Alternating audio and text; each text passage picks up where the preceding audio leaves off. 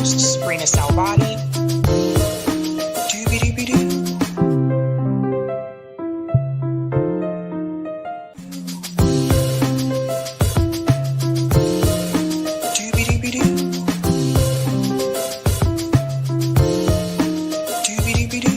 I'm your host, sabrinasalvati.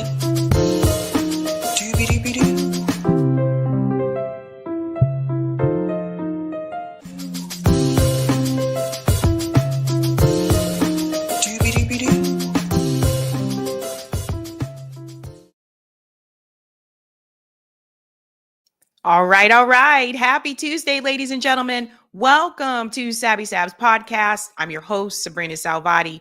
If you're new, I want to let you know that Sabby Sabs podcast is a part of Revolutionary Blackout Network. You can catch me there on Thursdays for the Sabby and JB show, and you can catch me here on Tuesday, Thursday, and Sunday. So shout out to everyone watching on YouTube, Rockfin, Twitter, and Rumble. And welcome back, guys. I know there has been a lot of news. We have so much to discuss. Yes, we are going to talk about what just happened to Chris Smalls. I'm going to talk about that with Max Blumenthal, among other things.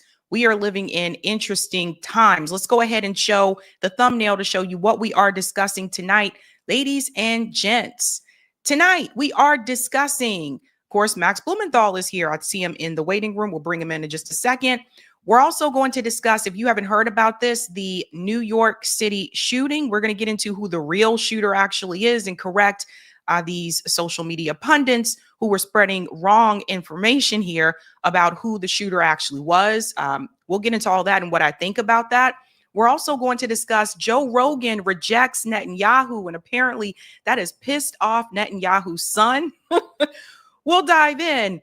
Also, ladies and gentlemen, I do have an update about Julian Brown. Many of you reached out to me recently to let me know that people believe that he was missing. We have an update about that from his mom. So we'll get into all of that.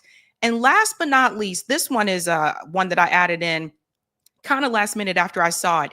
This is a good one.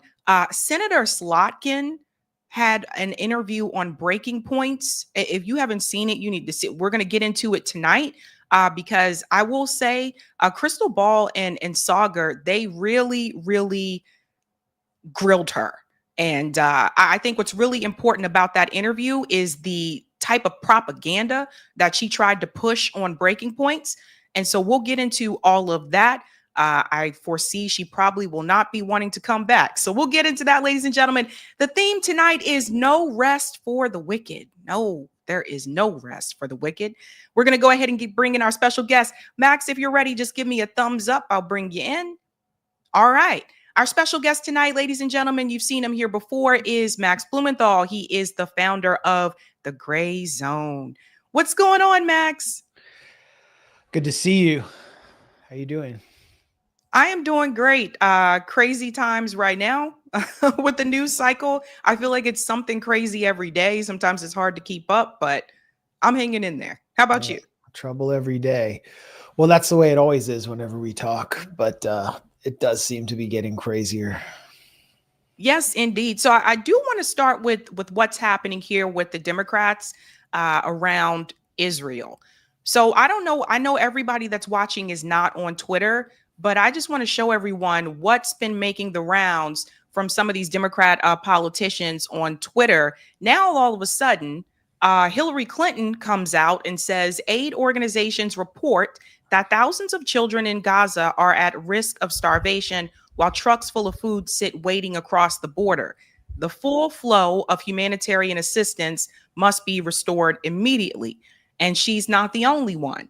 Barack Obama, while a lasting resolution to the crisis in Gaza must involve a return of all hostages and a cessation of Israel's military operations, these articles underscore the immediate need for action to be taken to prevent the travesty of innocent people dying of preventable starvation. So again, neither one of them said anything about this under the Biden administration when he was president, but I also think it is pretty insulting of Barack Obama to stand here and to mention the hostages first, given that there's a genocide that is happening in Gaza.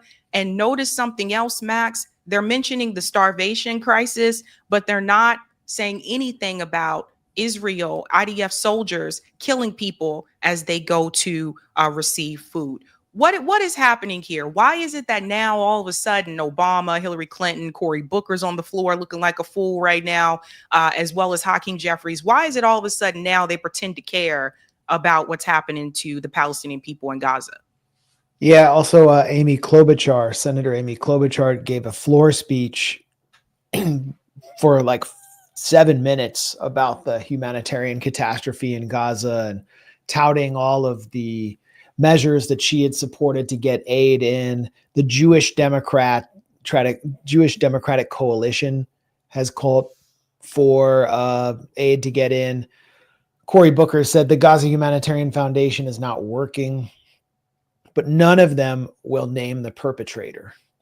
And none of them will tell you what we need to do to apply serious pressure to Israel to force them to stop the killing and stop the starvation. They don't lay out any measures that need to be taken. Another figure I should mention also is Wesley Bell from St. Louis has criticized Israel for blocking aid to the Gaza Strip. Wesley Bell was basically inserted into Congress. Like AIPAC took a $12 million syringe and just injected him into Congress in order to get Cory Bush out, the troublesome Cory Bush. He's just an AIPAC lackey. So even AIPAC's biggest stooges are going off the reservation. Amy Klobuchar, Cory Booker, they posed for a photo with Netanyahu like 2 weeks ago when he made his 4th trip to Washington, like the landlord coming to collect his rent. They all had to pose with him. And now they're turning around and de facto accusing him of imposing starvation on an entire population. We haven't seen this before.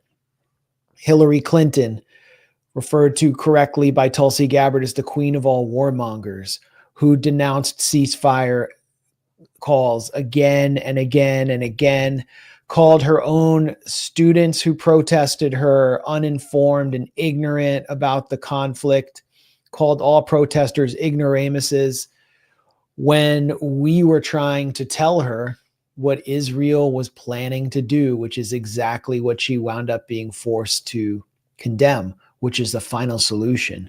We said this was a genocide in the making. Actually, on October 10th, 2023, I went to the State Department and questioned Matt Miller, then the spokesman, about calls from high-level allies of Netanyahu to carry out Nakba 2.0. This was just 3 days into the war.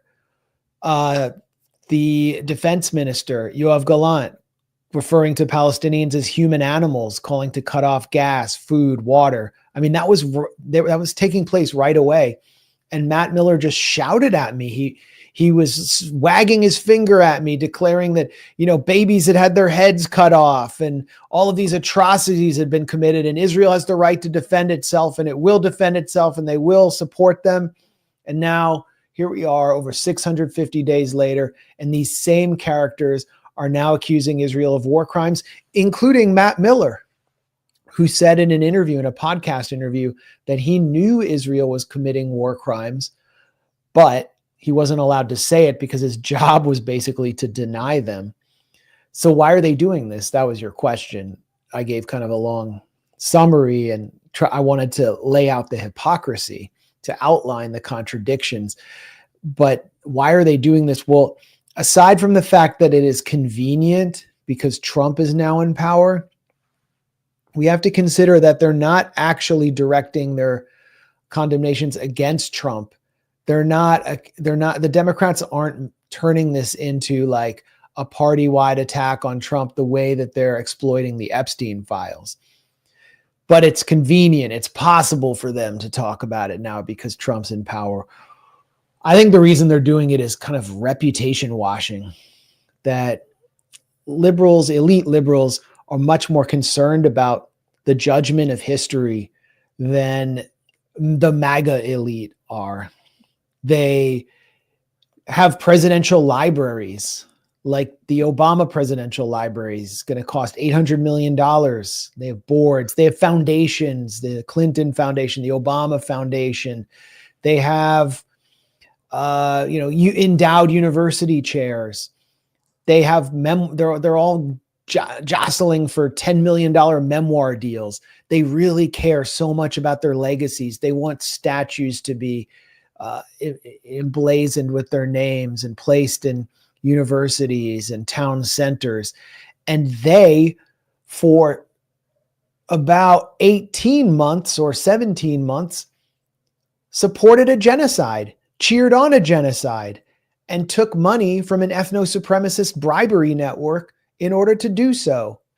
They were central figures in providing cover for the Biden administration so it could keep rearming Israel with all the 2,000-pound baby buster bombs that it needed in order to perpetuate the Holocaust of our time. It was, until Trump took over, a liberal genocide, but it was these figures who made sure that it didn't end on Biden's watch, and therefore made certain that Trump inherited the genocide. And what did Trump proceed to do? Trump, after getting into office, introduced an AI concocted fantasy of an ethnically cleansed Gaza Riviera, which gave Israel the green light to enact the final solution that we're seeing now. But it's these Democrats that made it possible for Trump to even have the power to do that, because they weren't putting any pressure on Biden to end it. They were denouncing the few people within the party who were putting the pressure on. And they were calling the rest of us anti-Semitic, Hamas-loving idiots, useful idiots. So I see why they're saying what they're saying. But the only thing that I want to hear, the only time I want to hear them talking about Gaza or Palestine is from inside a glass box in a courtroom. Yeah. I have no patience, and you let me know if you feel like I'm being too harsh. I have absolutely no patience for the ones who sat by for the past 2 years and pointed their fingers at the protesters or called them, anti-Semitic, or refused to acknowledge what Israel was doing. They saw the same videos that we saw on Twitter. Rokana said so himself. He saw all those images over and over again. They saw the same things that we saw. Netanyahu came right to Congress and held up a map and talked about the blessing and the curse and this idea of a greater Israel. It was right in front of their face. And I say this because there are some of us who supported Palestine from the beginning. I know you did too as well, but I supported ending the occupation and the oppression of the Palestinian people long before October 7th. And that was after watching a documentary that was created by Abby Martin that really woke me up to. That was like my awakening, because I didn't realize what was going on over there.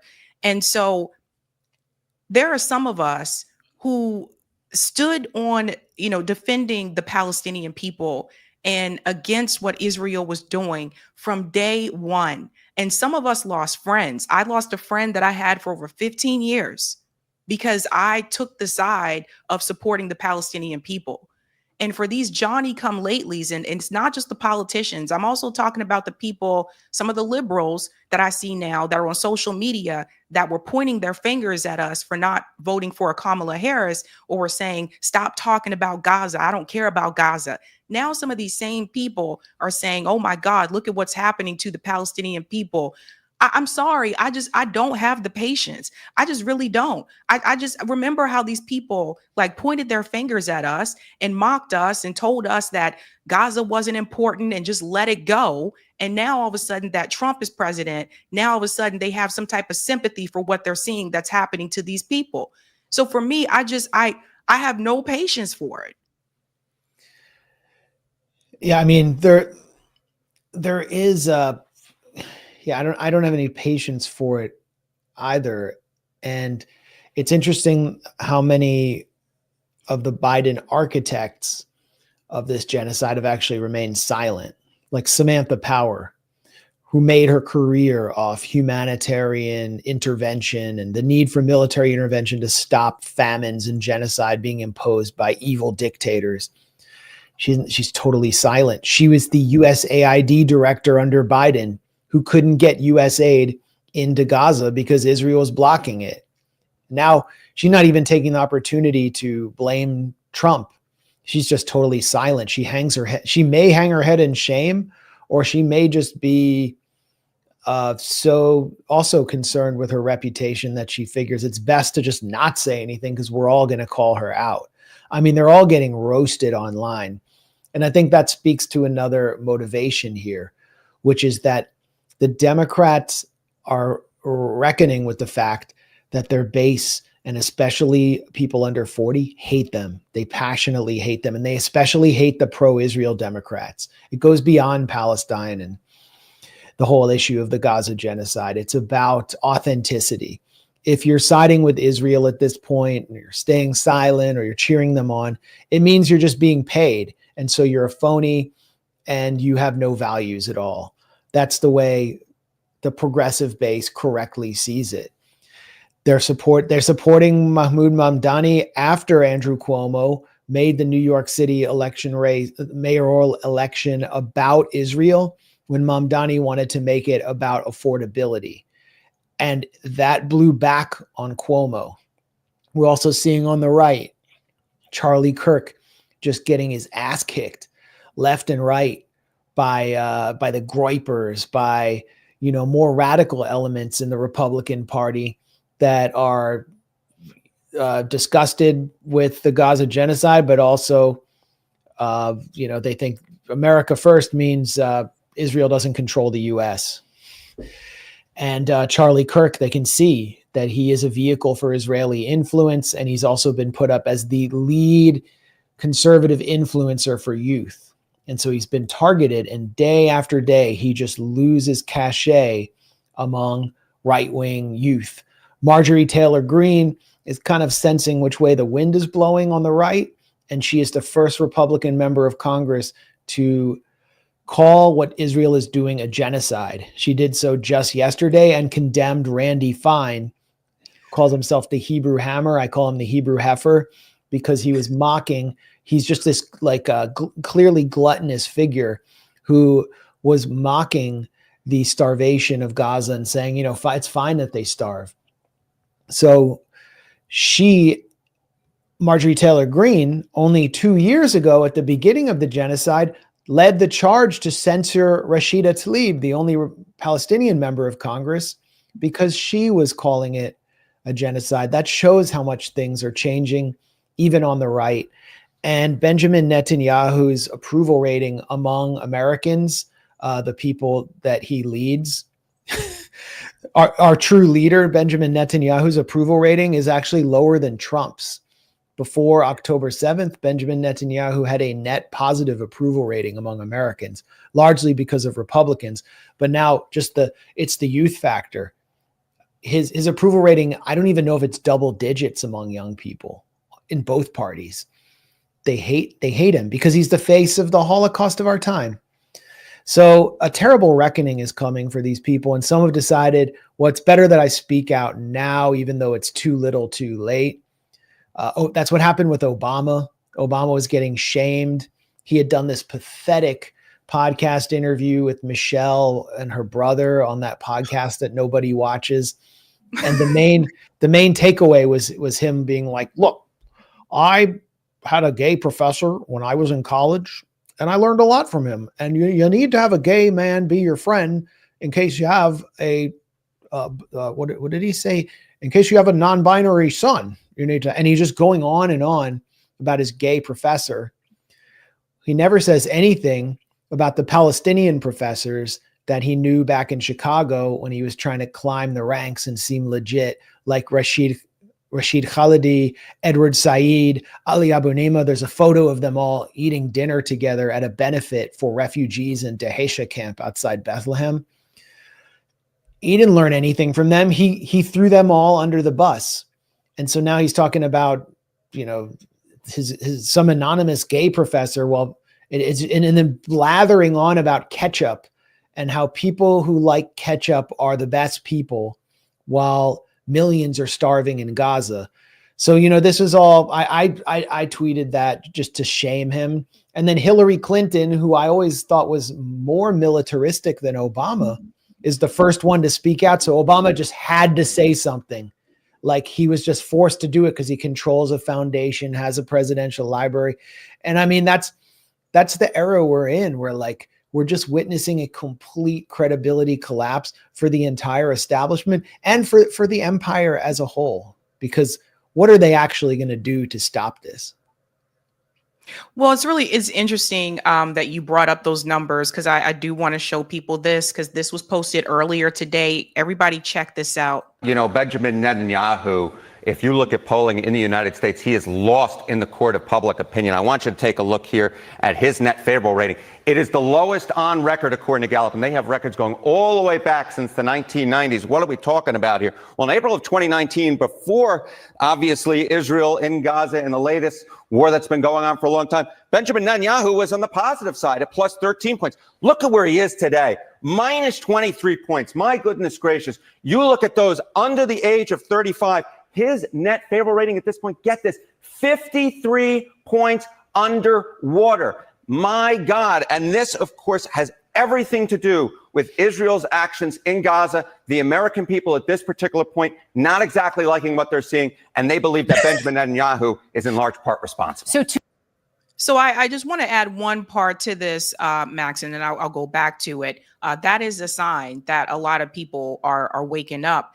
But I noticed something. It's always about Benjamin Netanyahu, right? Like when Bernie Sanders says Netanyahu and his right-wing government, what they're doing is wrong, it's always Netanyahu. And Netanyahu is disgusting. Don't get me wrong. But Netanyahu can be replaced with somebody else and they still move forward with the same strategy, because long story short, what they're not calling out is Zionism. They're not calling out the Zionist belief that this feeling that the land belongs to you. And so everybody else, the Palestinian people got to go. And I feel like just calling out Netanyahu is easy. That's the easy thing to do. But they're not calling out that belief system, right? So it's like, you remove Benjamin Netanyahu, does that remove Zionism? I would say no. Yeah, it's a very liberal framework for understanding Israel. It's why I wrote I think that book, Goliath, just to shatter liberal Zionism by showing the full, comprehensive, holistic view of Jewish Israeli society from the inside, and to show that I started that book in 2009. Like, that's when I got the idea for the project, when Benjamin Netanyahu came back into the prime minister's office, because I realized Israel had embarked on a kind of transition where the labor left Zionism of the past was completely dead, was never coming back. And Netanyahu, though he wasn't very religious himself, was going to preside over the transition to a permanent messianic, very openly ethno-supremacist future, where the violence and racism of Zionism was no longer concealed behind the mask of some kind of like socialist kibbutz, where they're constantly hoping for peace and blaming the Palestinians because they walk away from the greatest deal ever when the deal is just a sham. Like, that was all gone. And it's important to look at the opposition to Netanyahu today to understand how comprehensively genocidal the Israeli polity is.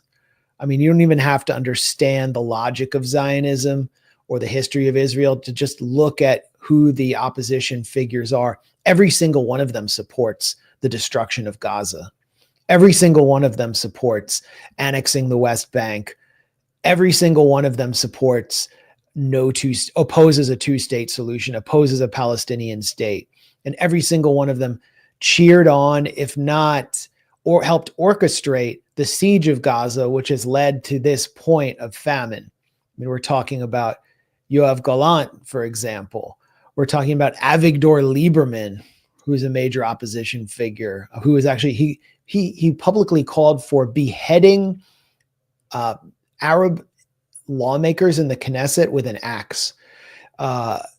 Yoav Gallant called Palestinians human animals. Naftali Bennett, he's probably going the most likely figure to replace Netanyahu, comes out of the Likud party, supports the settlements, was the head of a settler organization, although he didn't live in one, And he was one of the key authors of the Qana massacre in Lebanon in 1996 during Operation Grapes of Wrath, where a shelter of women and children was targeted by the Israelis with artillery. And he said, "I've killed a lot of Arabs in my life, and that is not a bad thing."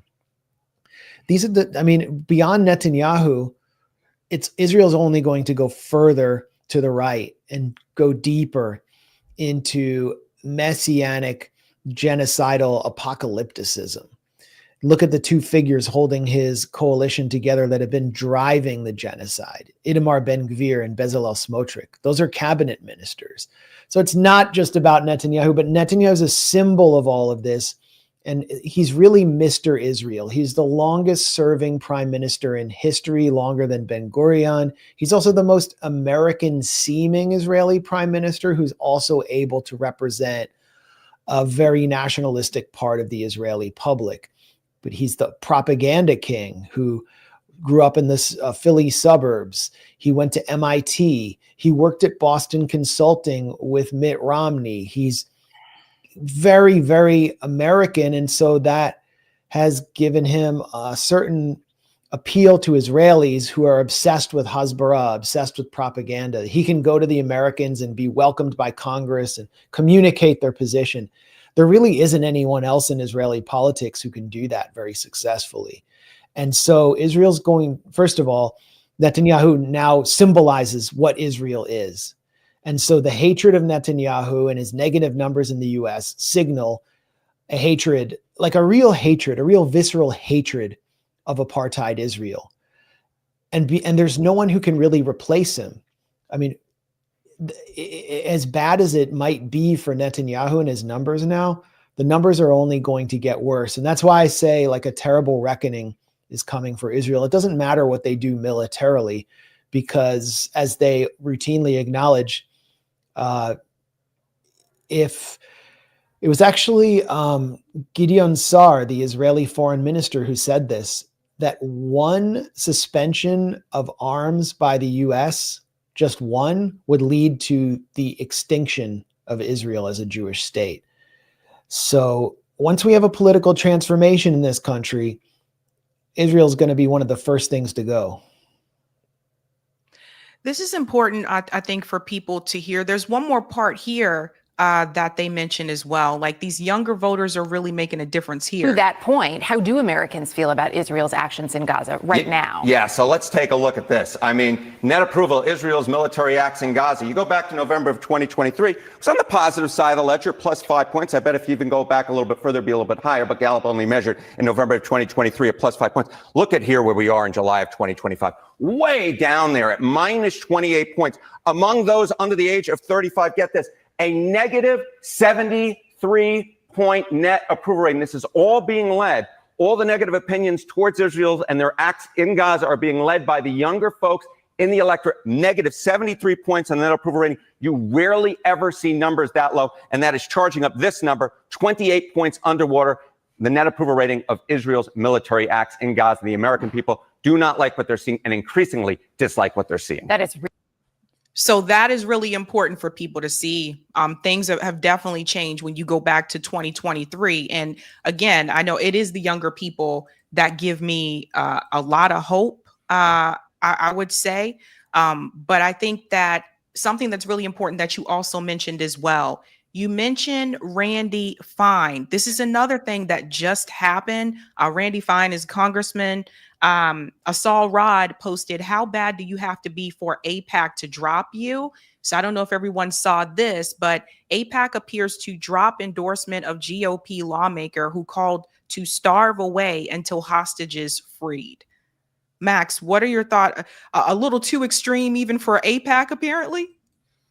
Yeah, I hear Randy Fine, the Hebrew heifer, has also lost his endorsement from Cracker Barrel, which is particularly devastating to him. But yeah, did you see? I had a little dust up with Randy Fine in Congress. I don't know if you saw that.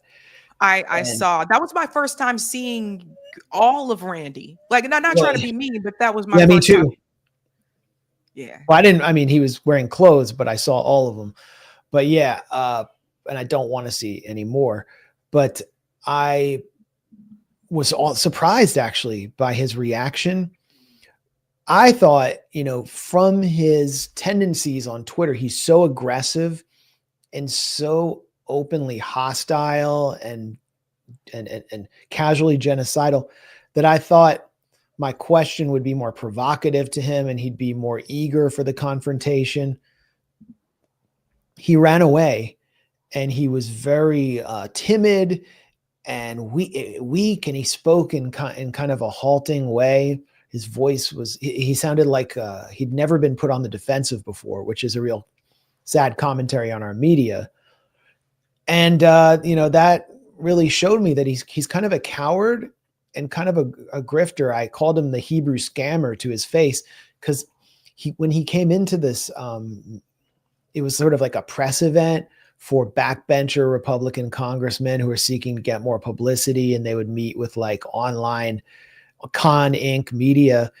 I saw him put on a kippah like before he came in. He was like, I'm going to put on my kippah and I'm going to show that I'm like the most aggressive Jew in Congress. And that's going to be my image. And it was like, it's kind of like theatrical, like performative what he's doing. And what I think he thought he was doing was, just by being the most genocidal, he would get the most donations and get the most support from these very powerful Zionist groups. I mean, that's the way it works in Israel. In the Israeli Knesset, members of Knesset are always having a competition for who can be the most anti-Palestinian because it helps them get elected and reelected. They love it in Jewish Israeli society. But this is the U.S.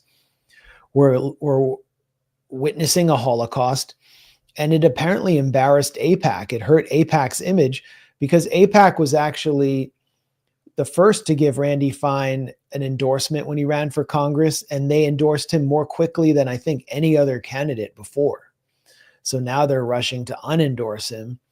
And I do think this is a sign of the times, which is why, and as I said before, we're seeing AIPAC-controlled, AIPAC-endorsed Democrats like Wesley Bell actually issue mealy-mouthed, milquetoast statements about starvation, because that's actually the better move for AIPAC. Yeah, it's really interesting. Marjorie Taylor Greene also called him out, by the way, because he wouldn't call it a genocide. This is recently. She's been more vocal than some of the Democrats on this issue, which is interesting. But she called him out, and she revealed to people that Randy Fine apparently didn't care about his district or his constituents. He just wanted to move to D.C. Yep. Yeah, he wants to. I mean, he'd be fine just serving 2 years and then going and lobbying. That's what a lot of members of Congress do. They just like to be in there longer to build up stronger industry ties. You get a much better paycheck coming out of the revolving door if you were in there for like 25 years, like someone like Billy Tauzin from Louisiana, who spent his whole time just nurturing the interests of the pharmaceutical industry, then became the top lobbyist for Big Pharma. It's a great career. What's his name? The power broker from South Carolina, James Clyburn. James Clyburn. Clyburn. I mean, if he left Congress now, he would have any number of major lobbying jobs available to him because he's a complete industry tool. But that's also why Randy Fine is there. But he clearly thinks he'll be making money on doing speaking tours for Zionist organizations, and there's a lot of money there. He'll be like Michael Rappaport will be opening for him. But I wanted to make another quick point to a question you asked earlier, why they don't talk about Zionism when Netanyahu is being discussed. That's our job. And we have brought it, those of us in the independent alternative media have been winning the media war in a lot of ways. We are winning it because we came out early with our narratives and we supported them with facts, and we poked major holes in mainstream media, and people now see that what we warned about and said was true. And mainstream media is increasingly showing, corporate media is increasingly showing the American public what Palestinian journalists in Gaza have been wanting them to see, which is just the facts on the ground. And that's another reason why Netanyahu's approval ratings going down, why young people are turning against Israel. It's also just social media, the social media and independent media effect. So we're almost at the point where we're mainstreaming the reality of genocide, where Marjorie Taylor Greene is calling it genocide. Every major human rights group's calling it genocide. Israeli human rights groups like B'Tselem are calling it genocide. The New York Times features a genocide scholar, Omar Bartov, on its op-ed pages calling it a genocide, when 2 years ago he said this is not a genocide, naughty, naughty. That's so we just, I think we helped move the Overton window, shift the Overton window. And the next thing we have to do is shift it so the media and, normie society is forced to reckon with the reality of Zionism, to talk about Zionism. And we need to move from the one state, two state solution debate to the dismantling Zionism debate. Yeah. Speaking of that, why do you think Bernie Sanders, why do you think he won't call out Zionism? Why do you think he's just focused on, like, why won't he call it a genocide? Why is Marjorie Taylor Greene now calling it a genocide, but Bernie Sanders still won't call it a genocide? It's a great question. She loves to mess with the Democrats, and especially the squad and lefty Democrats. I wonder if she did it just to increase pressure on Bernie. Because, look at what just happened with AOC, where she couldn't vote for Marjorie Taylor Greene's bill to cut off military aid to Israel because it was her, and she called her a neo-Nazi.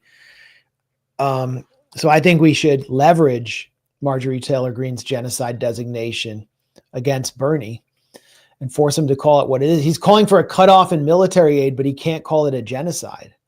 Why is that? What does he have to lose? He's getting like small donations. He's not like an AIPAC guy. So I think it just comes from Bernie's natural opposition to making it plain about Israel. This is a guy who back in 2014 was shouting at his constituents that Israel has a right to defend itself when it was initiating its genocidal pilot program. So I think this is just Bernie being lame.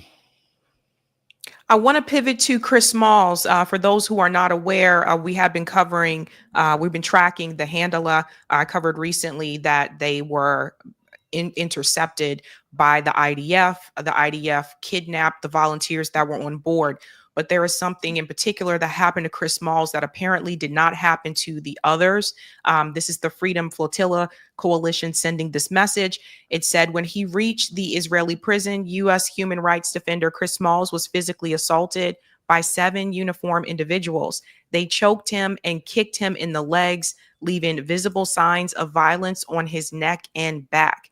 When his lawyer met with him, Chris was surrounded by 6 members of Israel's Special Police Unit. This level of force was not used against other abducted activists. We condemn this violence against Chris and demand accountability for the assault and discriminatory treatment he faced. For those who are not aware, Chris Smalls was one of the lead organizers to unionize the first Amazon warehouse. And that was in Staten Island. So that's how many of us got to know about Chris Smalls. He was fighting to unionize that warehouse. Why him, Max? I have my feeling why they treated him this way. But I wasn't there, but wasn't it Cornel West who called Israel the global George Zimmerman? That's a pretty good, Israel's a global, a lot of things. It's like a global Jeffrey Epstein. It's a global George Zimmerman. Yeah, they're very racist. Black Jews in Israeli society get treated in a very vicious way whenever they come out to protest. Like they brought out the skunk trucks for Ethiopian Jews who had a protest about living conditions, like a quality of life protest, to spray them with like chemical wastewater. They've never done that inside 48 Israel before. So that's, one possible issue to speculate about. Chris Smalls is now on hunger strike, as I understand it. And I think, a lawsuit should be discussed in a U.S. court against Israel for abusing him, because he wasn't heading to Israel to carry out any kind of crime or threaten Israel.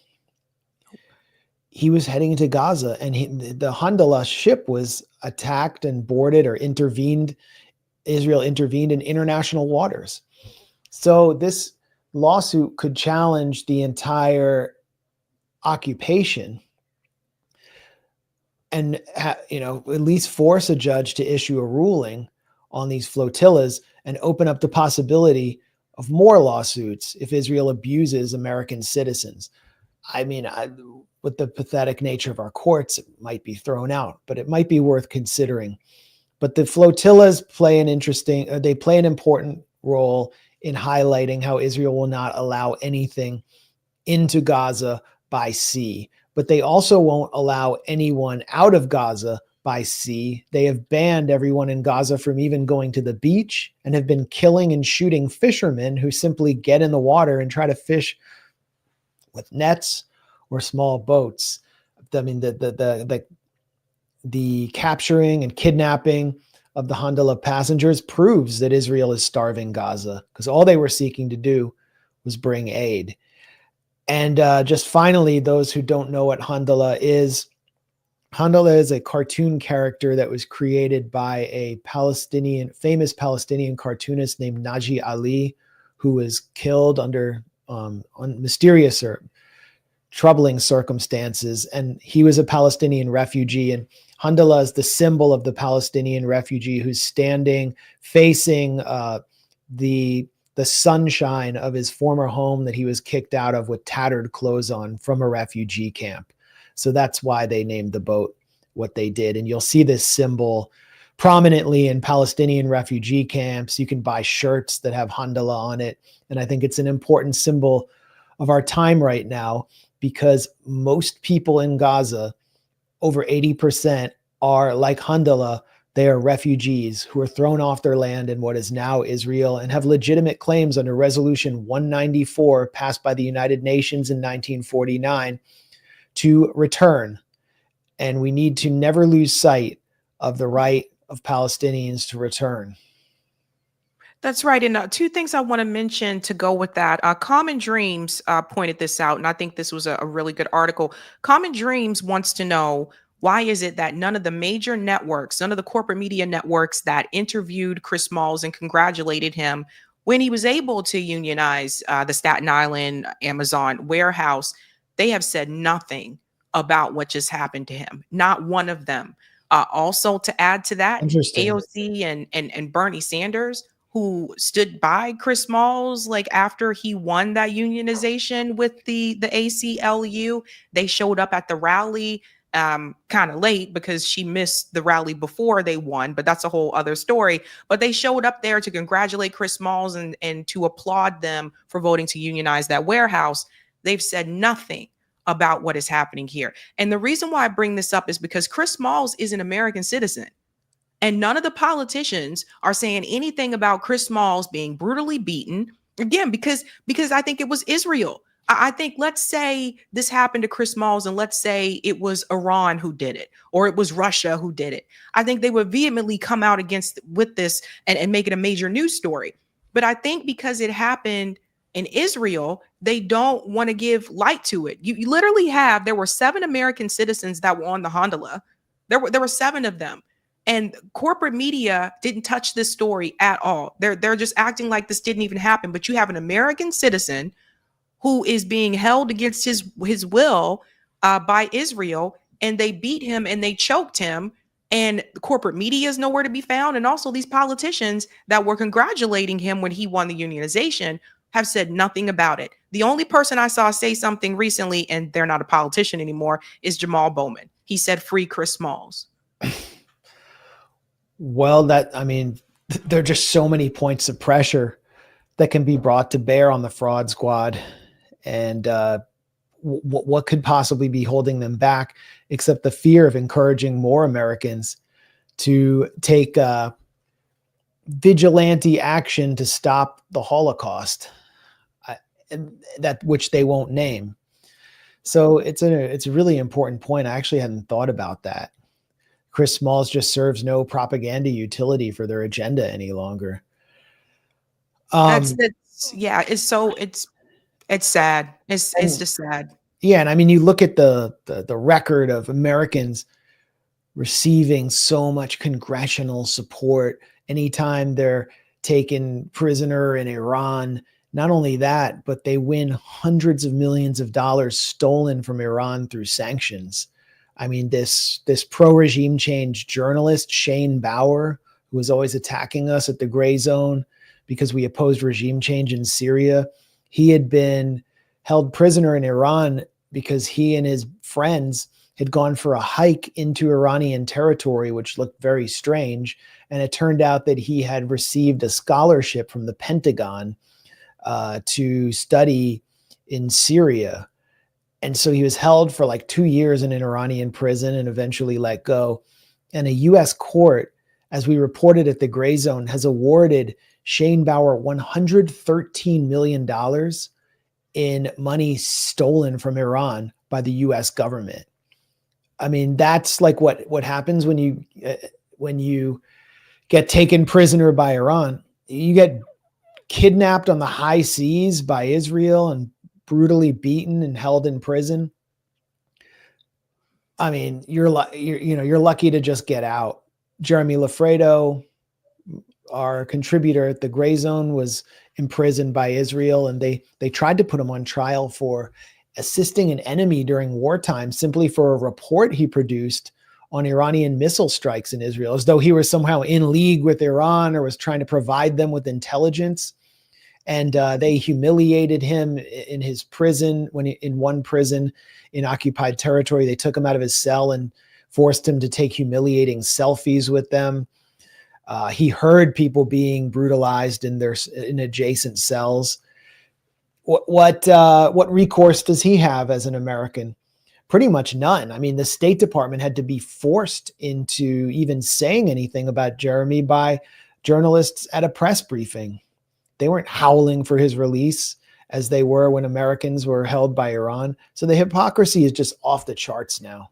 Everybody can see that their government does not defend them, does not defend their rights, does not defend their dignity as much as it defends an American like Idan Alexander, who is a little traitor who went to fight for Israel and got captured while enforcing the siege of the Gaza concentration camp on October 7th, then got an official White House visit.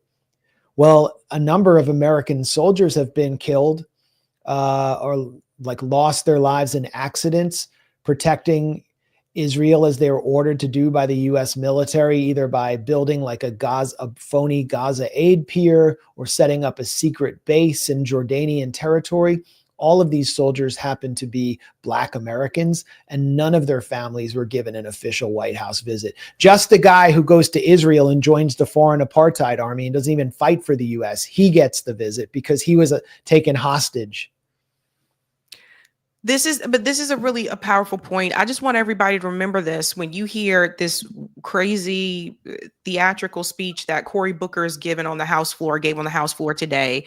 When you hear Hakeem Jeffries with his rhetoric that he has, I just want to remind everybody, like, none of these people said anything. Someone just said that Rashida Tlaib and Summer Lee tweeted about it, but the leaders of the Democratic Party, they're silent about what has happened to Americans there in Israel. And you mentioned the Ethiopians. I think this is something that's important that people may not know about or they may forget. A couple of years ago, The Guardian ran a story that Israel was sterilizing Ethiopian women against their will. And apparently they didn't know that what they were being given was to sterilize them. And I say that because I remember not too long after October 7th, there were a number of pro-Israel people on social media saying, see, they keep saying that we are racist or whatever, but look, we have Ethiopians here that are part of the IDF too, but they don't tell you how they treat them either. Like they don't tell you, like, and we showed the videos on here from Mint Press News, how they didn't want more of them coming in either. And so it's like, they're not on equal footing either. these Ethiopian Jews have practiced Judaism in a more authentic form than Ashkenazi Jews in Israel, and they've been treated almost like they're not Jews. And they're brought to Israel just to win the demographic trench war with Palestinians. And there have been several waves of immigration from Ethiopia to Israel. In a more recent wave, I think it was it was 2004. Transit camps were set up in Israel, I think in Israel, by an American organization called the Jewish Joint Distribution Committee, which is one of the most liberal and very feminist Jewish American organizations in New York. And in those camps, women were given, without their consent, injections of Depo-Provera, which makes you unable to have children for several years, I believe. And this was, I mean, read between the lines. I mean, it's pretty obvious what they were trying to do.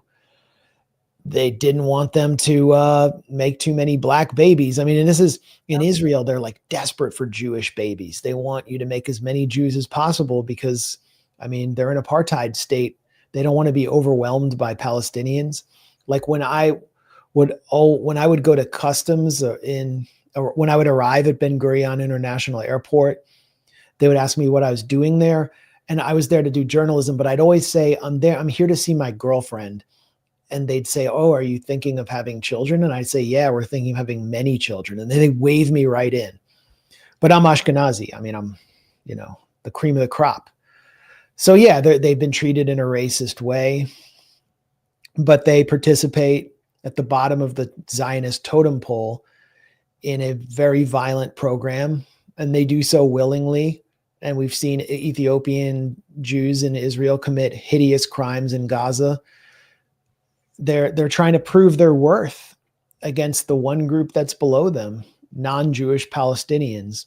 In many instances I've seen in the West Bank, like the Ethiopian commanders of Israeli units can be some of the most vicious, and Palestinians fear them the most because they're out to prove something to their Mizrahi and Ashkenazi comrades and superiors. Yeah, that's the part I think that's really interesting for people to understand. Max, really quick, I also wanted to touch on Syria. In December, when Assad was overthrown, there were many of us that tried to warn people that that regime change is not the answer, even with the case of Assad, even with the case of Syria. And this is where there was even a split on the pro-Palestinian side, where some that supported pro-Palestinian rights were in favor of the overthrow of Assad. And I think people like you and I, we tried to warn people that, removing the leader and regime change is not going to lead to success for people in Syria. And we have seen, obviously since then, like, this is a benefit for Israel. Now they are very clear and saying to people that, like, yeah, this is what's happening to people in Syria now. Like it's so obvious. And now some of those people I've noticed, they are regretting supporting that decision. What does the future of Syria look like now? Yeah, there's a lot of buyer's remorse. There is no more Syria. And I think you summed it up pretty well. But there is no more Syrian state.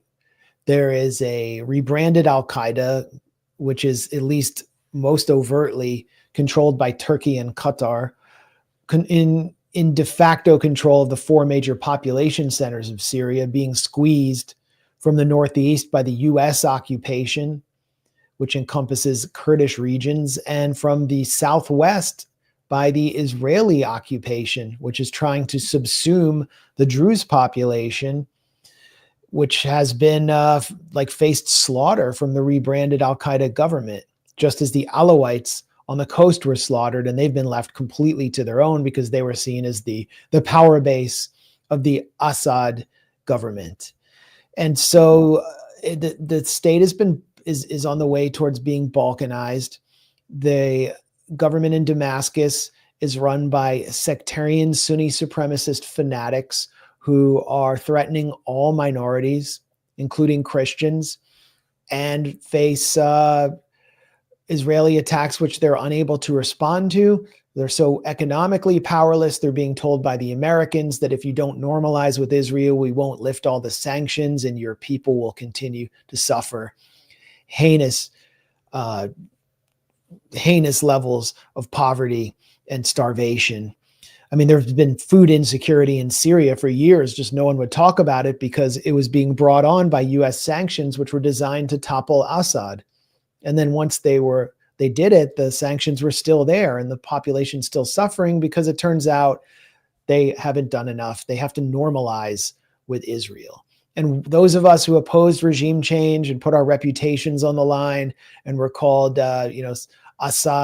Assadists and supporters of baby killing, now it's clear that we were right. Everything we warned about, that Syria would turn into a new Afghanistan, but even worse, that it would drop its arms and surrender to Israel and be balkanized and have its resources plundered.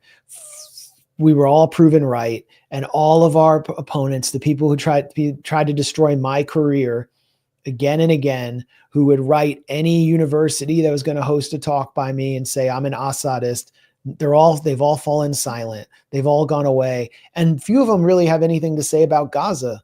In fact, many of them have turned out to be kind of crypto Zionists. So it's like, I'm not doing a victory lap or anything. It's a horrible situation. And it has weakened the struggle against Zionism for sure. But the main victims here are just average Syrians, including those who have been propagandized into believing that they were liberated from Assad.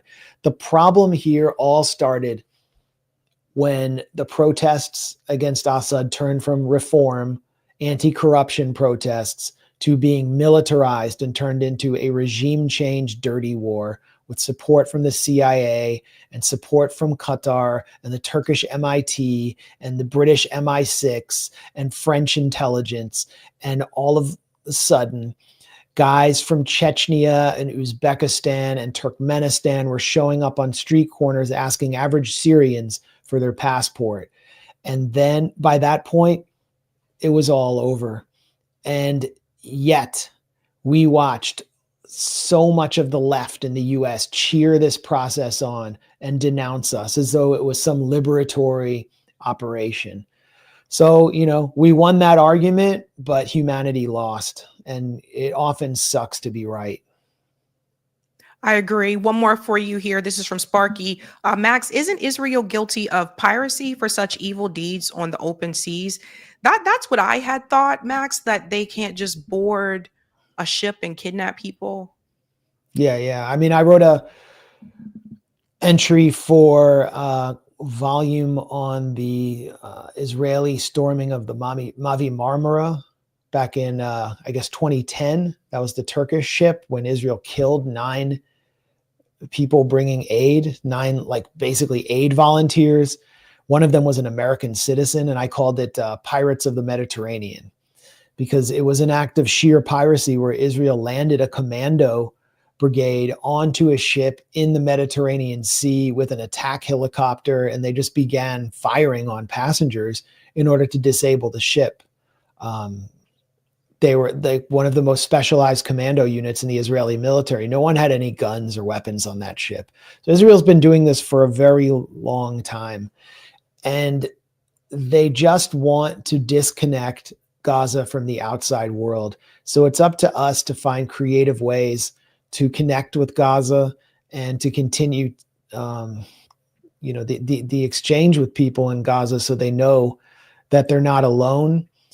And we also need to amplify calls for military intervention against Israel. This is the only time in my life when I've seen that there was a clear case for military intervention under the R2P doctrine that we have been told that our government believed in, the responsibility to protect. And the only group doing this in the world isn't even a government, because they're not allowed to rule. Ansar Allah in Yemen, the Houthis, what they are doing with their generally bloodless Red Sea blockade and their ballistic missile launches towards Israel, which are usually intercepted, is as like the de facto rulers of one of the poorest countries in the world is simply trying to stop the genocide.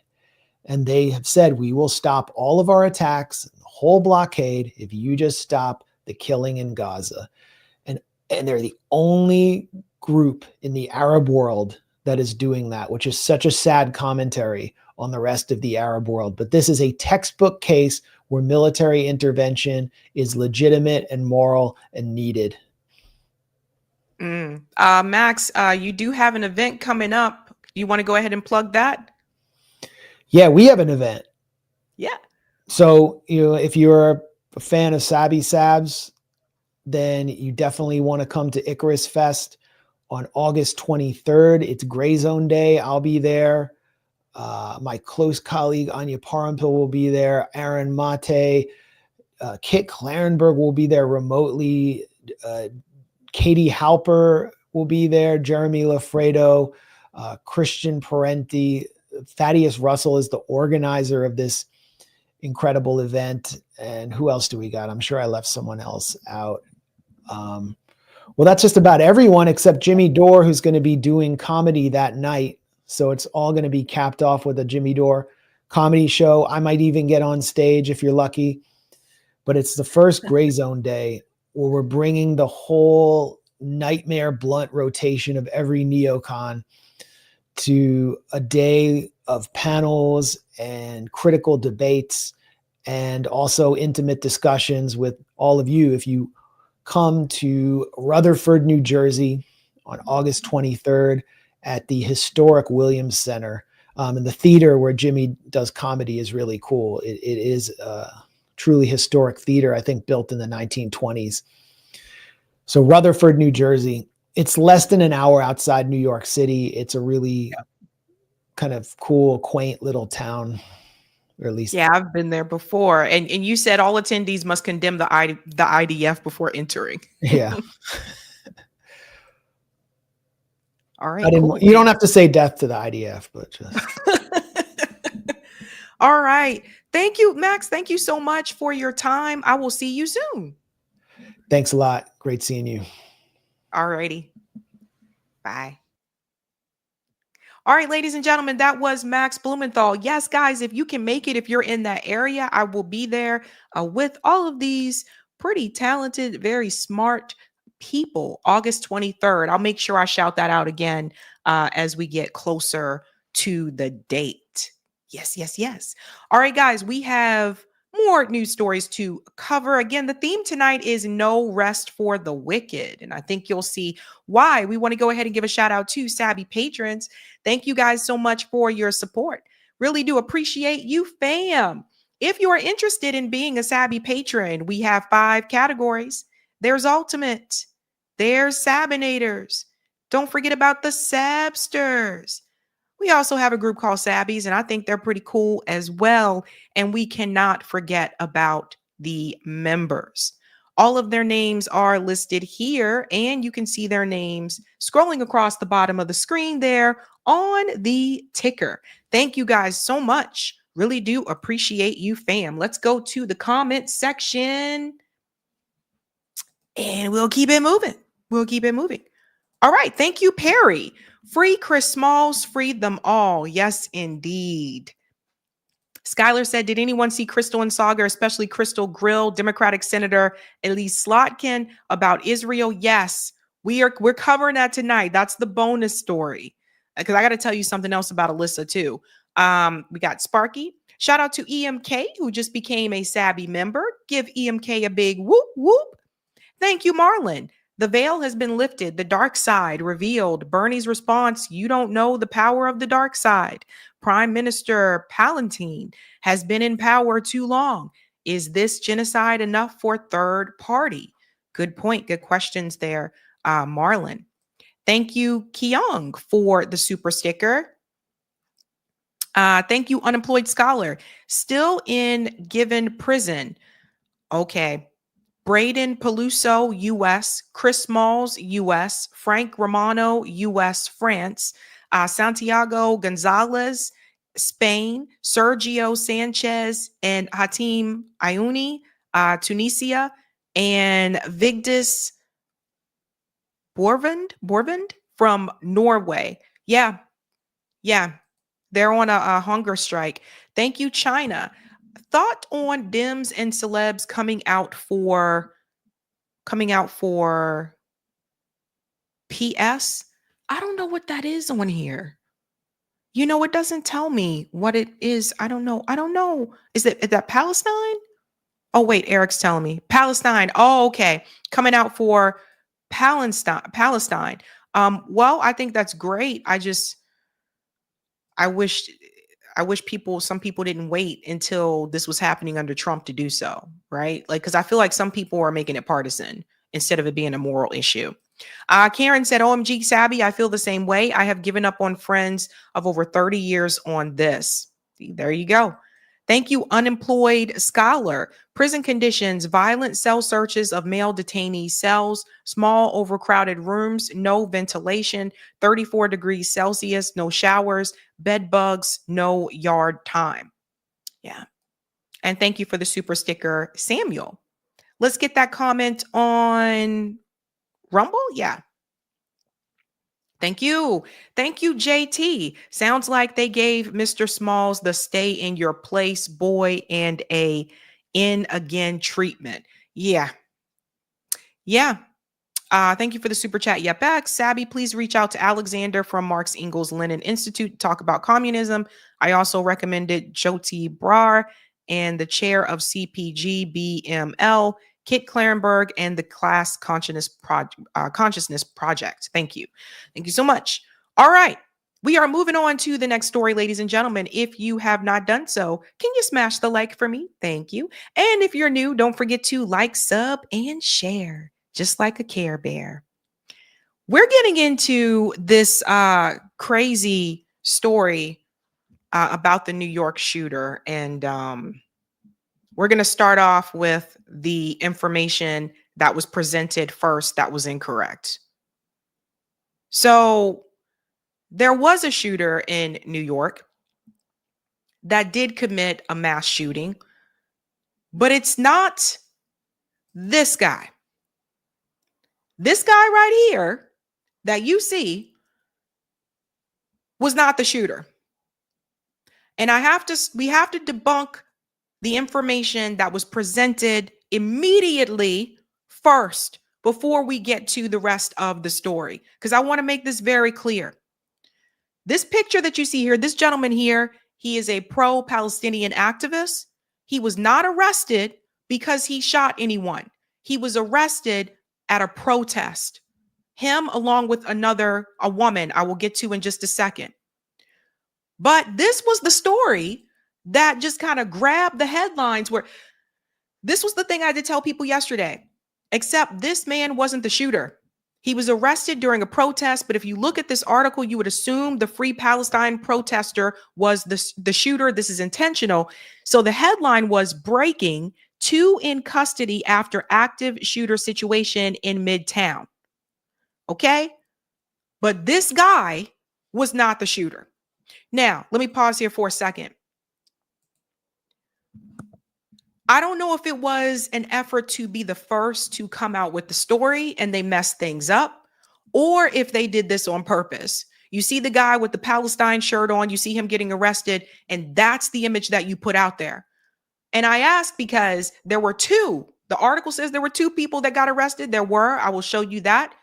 But when you see him and the woman who was arrested, I want you to ask yourself why they didn't put a picture of the woman on there as well. Why did they lead with this image? So this guy was not the shooter. He is an activist, and from what I understand, a very well-respected activist. He didn't shoot anybody. But that was the message that went out, and you would not believe how many accounts on Twitter, X, whatever you want to call it, retweeted this story and got the propaganda out there very quickly. I want to show you something else. Some people said, well, I think they changed it, they deleted it. So I just want to show you something because I did another search just to be sure. And I'm glad I did a video grab of this, right? Check this out. Google Images shows his picture for that headline, but when you click on the image, the article shows a different picture. So either they changed the article or Google fucked up. So let's look at the screen grab that I got yesterday. I wanted to do this before anything changed because I want to prove a point. I Googled that article headline, 2 in custody after ... Here's the first image here. Breaking, 2 in custody. Here is the outlet here, AM New York. Okay. You see another one down here, bottom right-hand corner, 2 in custody after active shooter situation in Midtown. Same thing. But watch this. Now, this is me scrolling through my phone. Let me click on that. Whoa, what happened here? Now, when you click onto it, you select it. Now, all of a sudden, the title was changed. Midtown shooter, 5 people, including gunmen and cops, slain in office building rampage. And the picture has changed. So you can see this here. I think I went back as well just to show you another one. Well. And I clicked on it again. So either one of two things happen here, folks. Either they rushed to get that story out, they saw that he was arrested and assumed that he was one of the shooters, or they did this intentionally. That's the propaganda. That is not great journalism. And this is what I was talking about. So shout out to the people who corrected the record. Joa, well-known activist in New York City, is not the shooter, although you will see tons of profiles quickly spreading fake news without investigating whatsoever. And yes, that's exactly what I saw last night. They just ran with that story very quickly. Now, again, there were 2 that were arrested. He was arrested. And then this woman here was also arrested. These were the people that were protesting. Neither one of them was the shooter. But when they wrote that article and said 2 people have been arrested for the shooting, notice which picture they chose to place on the article. Notice they didn't even put both of their pictures on there. They chose the picture of the man who's Middle Eastern, the guy who had the Palestine shirt on. This is what I was talking about the propaganda from the media. And so many people bought it. So many people retweeted it. People who retweeted it didn't correct the record. Did not correct the record. So you'll even see here, let's get into this video. Olia, she had to come back and correct hers too. NYP officer has been shot in an active shooter incident on Park Avenue near East 52nd Street. At least one confirmed victim is an NYPD officer. But watch this. So this is the video that she has.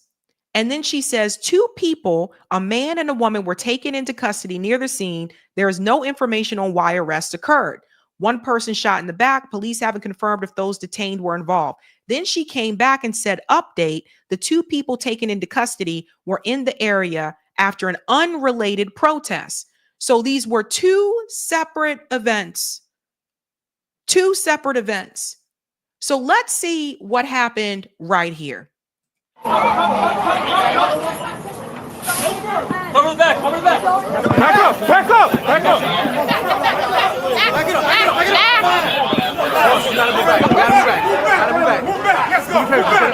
Move back. Oh, what do you know? There's the woman right there that got arrested.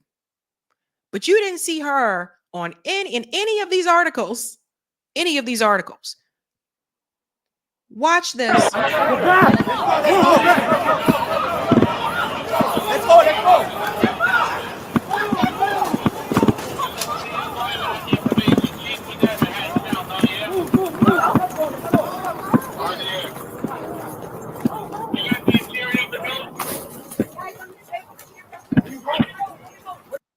Why are they running with this woman?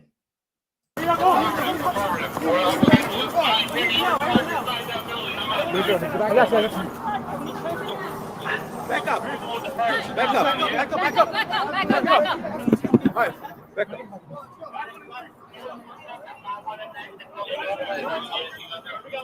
There she is.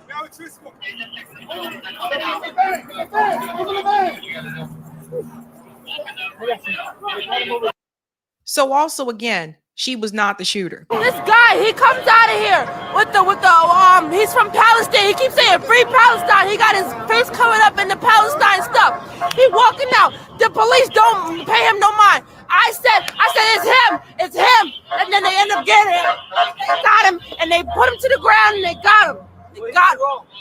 Tried to bomb it up. I don't know. He tried to bomb it up, and so did the lady. The lady that he came in there with, she left with a red bruise on her face, though. She went down there. She was with him. You know what was sad about this? You see what had just happened there? Just accuse someone of doing something that they did not do.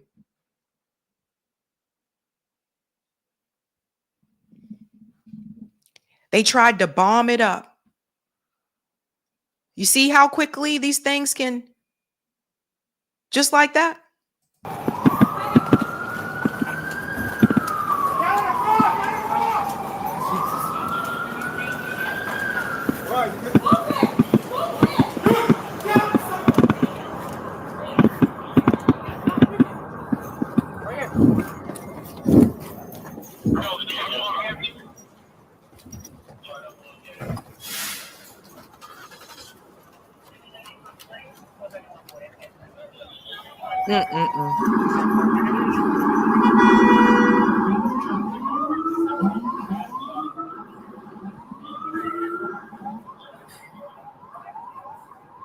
So do you see, I want to prove a point. See how quickly all it took was for someone to say he had on a Palestine shirt and he was about to blow it up. See how quickly it took just that statement from one person and for the police to say, oh, it's him. Let's just get him.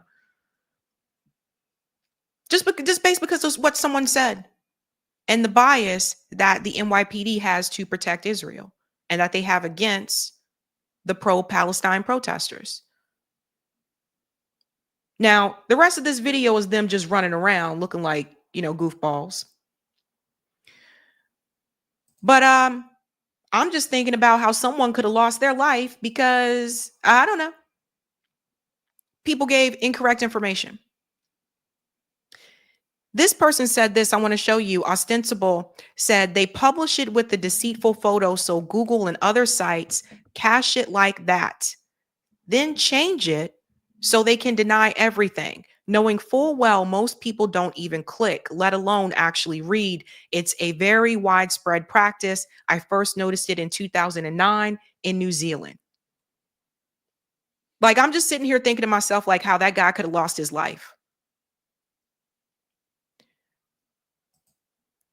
Now, it's not just that one outlet. CNN also got this wrong. Again, first on the scene, got this wrong. Now, this is the actual shooter. This is the actual shooter right here on the right, the picture on the right. That's the shooter. Listen to what CNN says. Who he is? They do not know who he is. They know he is a male, possibly white. He's wearing sunglasses. He appears to have a mustache. And that picture has been distributed to every police officer in New York City. Pause. Let's go back. Now look at let's make sure we're all looking at the same picture. Look at the picture that I'm looking at right here. This is the shooter. And listen to what CNN says. This is crazy, man. Who he is? They do not know who he is. They know he is a male, possibly white. That's the problem right there. They do not know who he is. They know he's a male, possibly white. If they don't know, what do you mean possibly? I'll let him finish. He's wearing sunglasses. He appears to have a mustache. And that picture has been distributed to every police officer in New York City. particularly has been sent to the phones of the search teams inside that building, because whenever they encounter a group of people, the first thing they have to figure out is that individual among these people hiding among victims or pretending to be an office worker? Because one thing you don't want to have happen is to have this kind of cordon where you're trying to evacuate people in groups as you can get them to a safe corridor and have this person slip out with them. So yes, they have the picture, and they have distributed to everybody on the scene. All right. John. So do you guys see how multiple news outlets got this completely wrong? Can we go to part two of Type VNC? You guys, this is the information that went out. The guy in the Palestine shirt could have lost his damn life, depending on which cop he came across. Like, this is just very bad, right? So this is the actual shooter. His name is Shane Tamira. The shooter is not even Muslim or Middle Easterner. The demonization of Muslims and people from the Middle East needs to end. This is the shooter. This is his concealed firearms permit from the Las Vegas Metropolitan Police Department. You know, so I mean, this is just so dangerous. Now we go on here so you can see a little bit more about him. George Galloway called it out as well. This is what they were saying the other night. A man of Middle Eastern appearance. Does he look Middle Eastern to you? This is him when he played football. Does he look Middle Eastern to you? Does this look like a white guy? Guys, this is dangerous. This is dangerous information. Like I said, somebody could have lost their life. So this is him. New York City shooter Shane Tamira was once a high school football star, winning 6 awards and later playing in Canada. The building he targeted today housed the NFL headquarters. We'll get into more details about that. But this was him. Hey, we're here with standout running back Shane Tamira from the Granada Hills football team. Big 35-31 victory against Kennedy tonight. The battle for Granada Hills. Shane, just talk about you guys getting that win tonight. How'd you guys come through? We definitely had to stay disciplined. We were down 10-0. We definitely had to stay disciplined. Our coach kept saying, don't hold your heads down, don't hold your heads down. We just had to stay disciplined and come together as a team. Shane, a couple of touchdowns for you, including a huge one late in the game there in the fourth quarter with under 4 minutes. Hey, we're here with stand up. So was a football star, right? Was a football star. Did not make it into the pros, but sometimes it's not good to be first. Sometimes it's not always good to be the first person to get the story out. But the whole, like the guy with the Palestine shirt on, that to me seemed intentional. It really did. Now we're going to get a little bit more information here about what could have possibly happened with his motive. Part of that could have been driven by the NFL. And this is another thing that they're talking about now. I want to go ahead and bring in. It seems like there was a letter that was in his pocket, or a note that was in his pocket. Apparently he had some issues with the NFL in particular about them and the way that they chose to, I guess, address CTE. Let's get some more updated information here, folks. Up to the entrance, or got as close to it as we could. Police are out front, barricades, as you can imagine, guarding the entrance and sort of the block perimeter around it. But you can actually see the glass cracked, sort of the introductory glass panes, window panes as you walk in, cracked with what appear to be impact points on one of the window panes, but also on the lower portion of a revolving door as well. Remnants of what happened here in what unfolded in just a few minutes as this gunman walked in, started opening fire on the lobby, killing 3 people in the lobby, including a New York police officer, before heading up to the 33rd floor and killing a 4th person. That police officer killed 36-year-old Didarul Islam, an immigrant from Bangladesh, father of 2, expecting a 3rd. But we also just got in a statement that one of the other people killed was an employee for Blackstone. This building holds a number of different companies. Blackstone included the NFL as well. But this statement... Blackstone. So one of the victims was an executive at Blackstone. There was a police officer that was killed. But from what I've seen so far, it seems like I'm not 100% sure if the executive at Blackstone was a direct target because of the other information that I have, but we'll talk a little bit about that as well. Some people believe that he was trying to send a message there.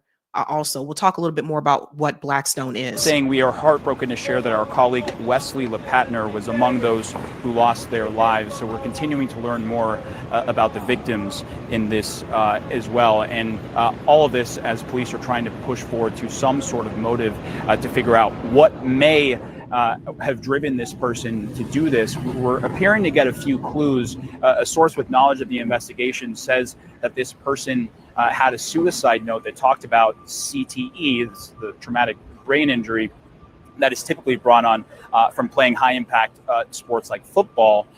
And this place, this office, does house the NFL, and we do understand from the NFL an employee was shot here. But that's just one piece of what is going to be a larger investigation, again, to zero in on a specific motive here. This shooter lived in Las Vegas prior to carrying this out, before driving across the country to this block where I'm standing and walking into that building and doing what they did. But bottom line, as security is beefed up at this building over the next weeks and potentially months, families will be mourning those lost in just a matter of minutes. Let's pause here for a second. So let's mention the CTE thing for just a second here. It could be possible that maybe he had a number of head injuries, a number of concussions, that maybe he started to experience some of those symptoms. This was an argument that was brought forth after Aaron Hernandez died. Aaron Hernandez that played for the Patriots. One of the arguments that was brought forth is it possible that he could have had some of the symptoms of CTE? The unfortunate thing about that at that time, and hopefully that has, hopefully science has improved on this, but unfortunately at that time, the only way that you could really identify if someone had it is by studying their brain. And that's usually after they have already passed away. Because there were a couple of football players, professional ones, that did decide to donate their brain for study after they passed away. So yes, I was just about to say, Junior, he was another one that chose to do that, to donate his brain after he died. So it could be possible that maybe he was starting to have those types of issues with mental health because of dramatic head trauma, which is a real thing. So let's go on a little bit more here, and we're going to get to that Blackstone part as well. Absolutely. Omar, appreciate it. Thank you. John? All right, well, it's now John Miller, CNN Chief Law Enforcement and Intelligence Analyst. And John, you were doing real-time reporting on this throughout the evening, late into the night. I'm sure you didn't get much sleep, but what's the very latest you're learning now? Well, we're learning bit by bit what his targeting was and how he ended up where he ended up.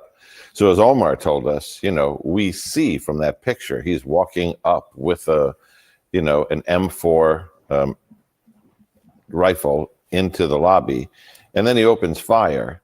But he wants to get to the elevators. And this is one of those moments where he sees an elevator open. He walks into the elevator. A woman has heard the shots and sees the man with the rifle walking in. She walks off the elevator, which undoubtedly saved her life. He doesn't attempt to shoot her, but he takes the elevator to where it's going. It's one of those buildings like this one where you get in the elevator and the elevator is already programmed to your destination. He doesn't know what his destination is. His target, we believe, is the NFL. He has written this note about CTE. He's talked about how it's the NFL's fault. The NFL is on the 5th floor. We don't know this. He may have paused. So this is what I wanted to show you guys. The gunman was found dead on the 33rd floor. Okay, so this building has 634 feet with 44 floors. And then you have the ground floor here. So this is why I said the employee that was killed that worked for Blackstone may not have been an intentional target for him. He may not have known exactly which floor or which office was the NFL headquarters. So he may not have actually known exactly where he was going, but it seems like because of the note that he left, that was his motive. That's what we know at this point in time. I believe that was the NFL building.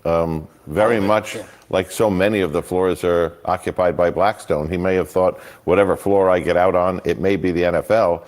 But the door opened, and he walked off into the 33rd floor, which is the headquarters of Rudin Management, the company that runs that building and so many other buildings in Manhattan, and shot apparently the first person he encountered, a woman who was a long-time and cherished employee of the Rudins.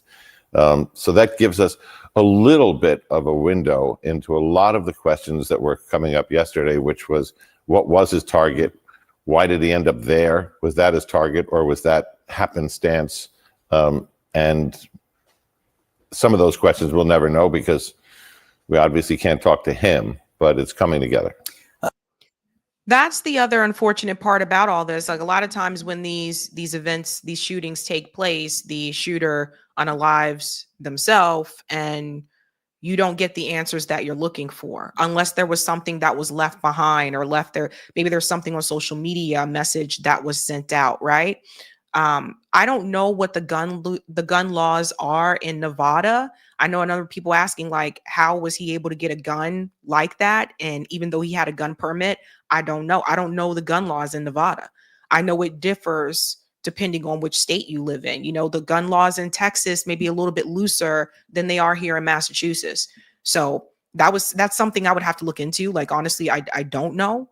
But what I had kind of been wondering when I heard about this is, what if he already had some of those symptoms of CTE before this event took place? And that's what I've been wondering. For those who are not familiar, the players that have had it, they have gone on to say that it can be excruciating, right? Like, they're having periods of depression. They're having, like, sometimes psychosis. Like, it basically makes you crazy. And I wonder if he was already having those symptoms before this happened. Now, in the new New York Times article today, they said that there was a note that was in his pocket. In his pocket, that note said about, let me pull this up real quick. One of the things that the note said, because I just want to make sure I quote this right. Okay, yes. Okay, so one of the things that the article said here, and I thought this part was interesting, was about the note. So it said that, you know, he had mental health crisis at least twice, once in 2022. Again, I wonder if that was due to symptoms of CTE. I don't know. And then also here, it goes on to say they still believe the apparent plan was to target the NFL. It says in his note, he asked that his brain be examined for signs of CTE, a degenerative brain disease. So this is why and from what I understand about CTE, it seems like to me that it doesn't seem to have an age limit for this, because I saw a story not too long ago about a high school football player that he felt he was having those types of symptoms of CTE. I think it can happen at any time. I think it's just a matter of how much trauma you have to the head. And I want to say something here, folks, as well. I think it's important that people really understand that when these players have concussion after concussion after concussion, your brain is shaking around inside your head. Your brain is not meant to do that. And so it's traumatic. And there have been times when I know some of you have seen it too, where I've seen football players, they had a concussion during the game. Next thing you know, they're playing the next game. So there was a game on Sunday and they played and they had a concussion, but then they came back and played Thursday night. That's actually not enough time. You need at least 5 to 7 days. And you're not supposed to be around bright lights. You're not supposed to be staring at like computer screens. Don't watch too much TV. You really want to try to rest your brain as much as possible. So if they had a concussion on Sunday and they coming back to play on Thursday night, they're not fully recovered. Now, this other part here that I think is really interesting is the Blackstone part. So Blackstone exec who was killed by a New York shooter was head of real estate acquisition, doubling rents on all Americans, foreclosing on those who own their homes, and making it so that no one can keep a home. That's the story we're sleeping on. So this is the woman, Wesley. Wesley is a woman that was also killed.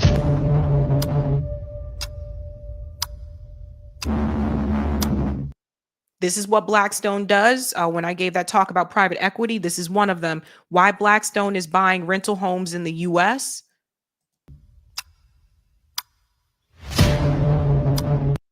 Blackstone's housing empire, a giant in the U.S. rental market.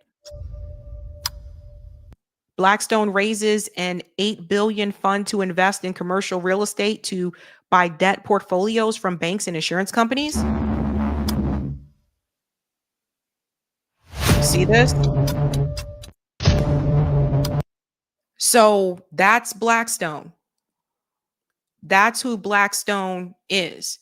But based on the note that they found in his wallet, it seems like to me his target was the NFL headquarters. I think she may have just been in the wrong place, the wrong time. As of right now, based on the information that we have now. I don't know, man. I don't know. JB just said, oh, this is going to be huge for the NFL to address. The corporate dictators want players to sacrifice their bodies and brains. Yeah. I don't know, man. I worry. I have to say this, we don't advocate for violence on this show. And I feel bad for people, that were killed. And at the same time, I feel like I'm worried that I just keep hearing more and more stories where it's like the football player, the age is younger and younger, where it seems like they may be dealing with these symptoms. Just makes me wonder, that's all. But what I think is important, again, just want to say this one more time, the guy wearing the Palestine shirt and the white woman that were arrested, they were not the shooter. And I really do think CNN needs to issue a retraction and an apology. Let's go to some of the comments here, ladies and gentlemen. Okay. Shout out to Alcas, who's been a member for 16 months. Did you see Crystal and Sagar's segment grilling that senator? What are your thoughts? Have a good night. Keep up the fight. We are going to cover it tonight. That's a bonus story. But thank you. And thank you, Reverend Edmund. Yes, Max, the truth may set you free, but first it will break your heart.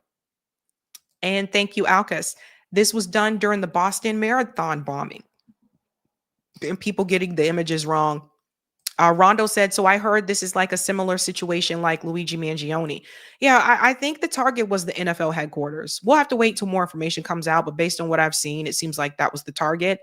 Eric said Jim McMahon has CTE. Yeah. And Skylar said the shooter could have had CTE himself. Yeah, it's all like very possible. All very possible. Wu said it, says football helmets should have some type of impact detection to protect players. I thought they redesigned the helmets to help with that, at least in the NFL. I thought they did. But you know what this game is like, right? They said there's no rest for the wicked. So in the end, capitalism is always going to win because it's all about that mighty dollar. They don't really care. All the number of players that came forward that, they found out that had CTE. I mean, they're going to make money. Darius said driving cross country with CTE. This is another thing I want to bring up. Do we know that he was actually the driver? Like, how do we know that he drove himself? I don't know. We'll have to wait for more information. All right, we're going to move on to the next story. Ladies and gentlemen, we're doing pretty good with time.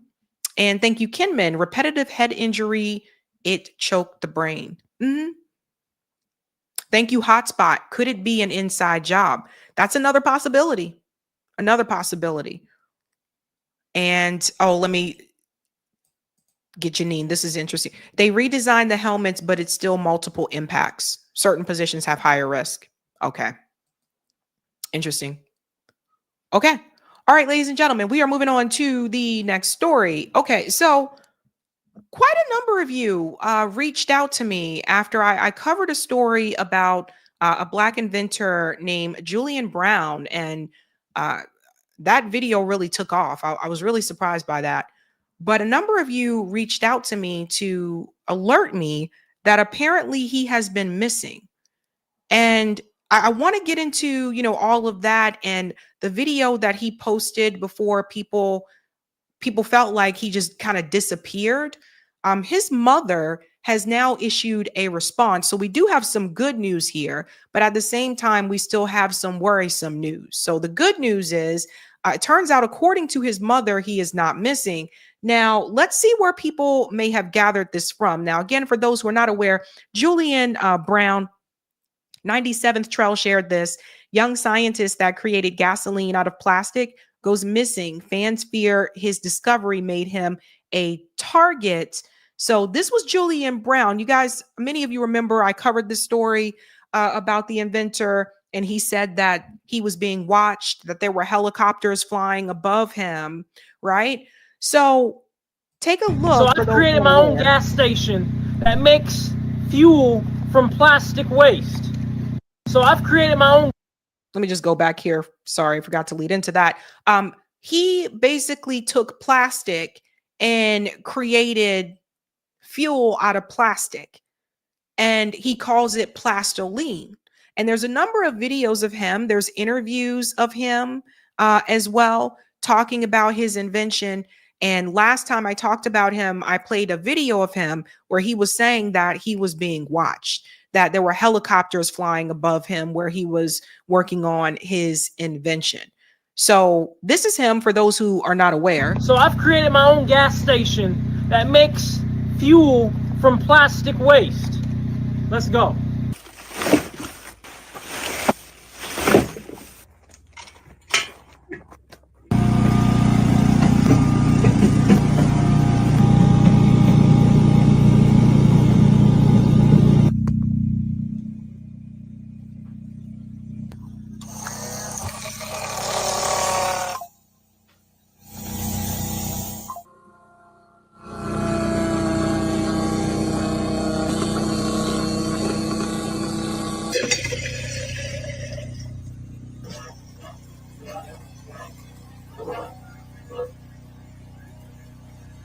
So this is plastic crude oil. And as you can see, we have quite a bit of this plastic crude oil. Well, it can be fuel, but we need to refine it and clean it up. So let's do that. So I've created my own. Yeah, so he has a number of videos. He had a YouTube channel. And I told you guys, like when I covered this the first time, that this would be a big threat to big oil, that they would not be happy with this, right? Like, and they would see that as a money problem. Someone trying to make another source of fuel. And he said that it wouldn't cost, because you're basically taking plastic that's already been used and you're running it through that machine. So it's not like you would be paying like $4, $5 a gallon for gas. Then this happened. This was the video that Julian Brown made where he said that he was being watched. And this was the one, I think, that sent the first alarm to people. I know that I'm not going to live long. And that's why I put every day, every hour, every minute into building, into growing. Why am I out here working on this plastic in the fuel reactor I've been working on for 5 years, since I was 17? Why am I out here in 100-degree weather? Why am I out here despite being falsely accused and reported to the EPA and the IRS? Why am I out here despite weird black helicopters that turn off their radar transponder circling me 6 times at night? Why am I out here sleeping in my van? Crazy humidity, mosquitoes, gnats flying in, and yet I still do it. Why am I out here despite having to drive 4 hours every time I want to work on this machine? Because when I was doing it in my parents' backyard, I blew myself up. and I had to go to the hospital for second-degree burn surgery. I do this because this is my mission that I've assigned myself to. I do this because I do not fear death. I do not fear suffering or uncomfortability. You know what I fear? I fear allowing an idea of something that may not even exist or happen have enough control over your entire life to where you're not even really living your life. That's the only thing I fear. And thus, I am completely set on what I want to do here, and nothing will steer my course but myself. And I am not a quitter. And now that I've set my mind on this, because I wish to liberate humanity, I wish to liberate humanity from this cycle in which we're bound by waste, in this cycle in which we're bound by division, in this cycle in which we're bound by not knowing ourselves. I wish to free us all from all of this. And now that I'm set on that mission, I'm not giving up. And so it will happen, no matter what. Because you know what? To me, when I'm building something, I expect it to be hard. I expect it to be uncomfortable. I expect it to be difficult. You know why? Because that's the whole point. You have to suffer to grow. You have to feel uncomfortable to attribute value to what you do. So you may see this and you see a piece of metal with certain pieces of metal welded onto it, but I see it for what it really is. I see it because when I see this, I can go back in time to not just putting it together, but the motivation as to why I put it together, the hope, the purpose, the passion, all right here embodied. My soul is within this, just as yours is within anything you do and put your mind to as well. So if you wonder why I'm out here and why I'm not going to do anything else but continue to stay on this mission until I see it through, until I say it's complete, that is why. Because it doesn't matter what anything externally is. There is no threat. There is no uncomfortability. There is no amount of suffering that will steer me from what I wish to do, because that is the life I wish to live. So that was the first warning that Julian Brown put out before I covered that video of him last time. And again, yeah, it would be a threat to big oil. They're not interested in other alternatives. He's also a big environmentalist. I know a number of people have been asking, what would this do to the environment, right? Like what type of emissions would this put out? And I think that might have been something that he was trying to work on with that. But I don't know. Then I got these emails from a couple of you guys and a couple of DMs from people that said this guy is all of a sudden missing, or that he had disappeared.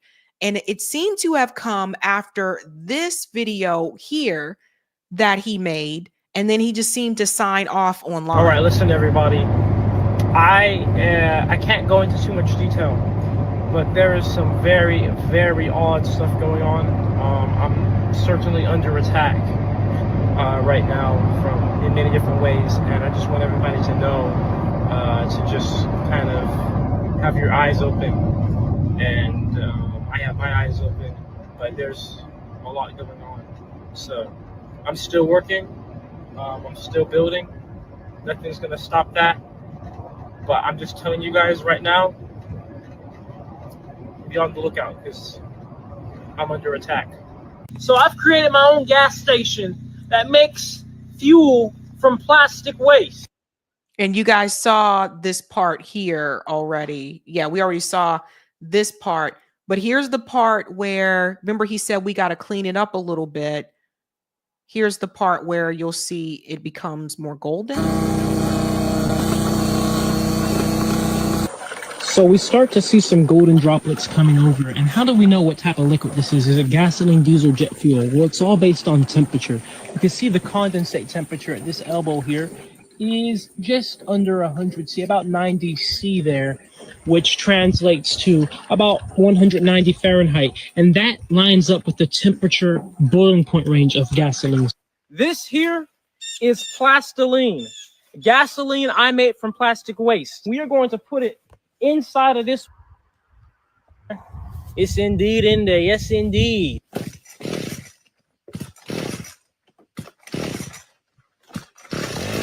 There we go.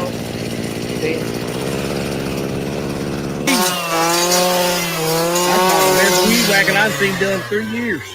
Folks, I have just mowed the lawn with plastic waste. You guys understand what this equation is? Plastic plus microwaves equals equals fuel. So do you guys see what he did there? He was able to put that fuel inside of that. I think that was a weed whacker. There last time when I covered this story, I showed him put it inside of someone's truck, and they started it up as well. So here's the thing, guys, and this is what worries me. His mom has come forward and she said that he is not missing. Now listen to this. So that's the good news. He hasn't disappeared. He's not missing. But he is trying to, I guess, go off the radar. And again, this is coming from his mom. Missing inventor Julian Brown's mother says he is safe after he went dark online following ominous Instagram post.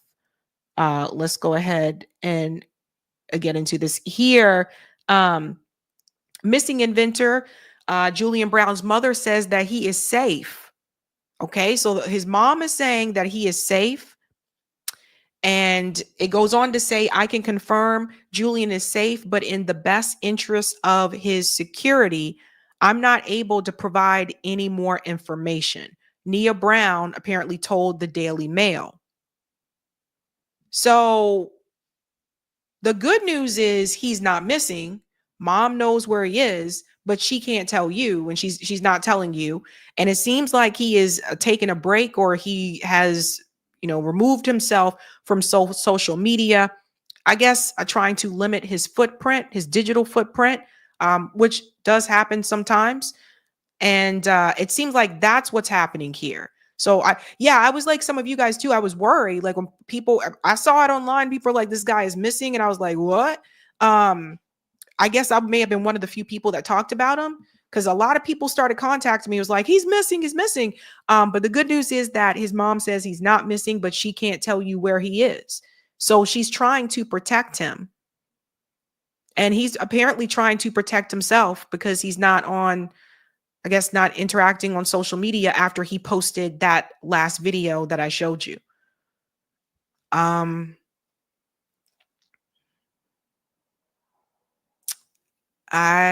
Crystal says praying he is truly safe. Yeah. It's a big, listen, let me be clear about something. Okay. Because this isn't the kind of thing that billionaires and big money interests want to happen.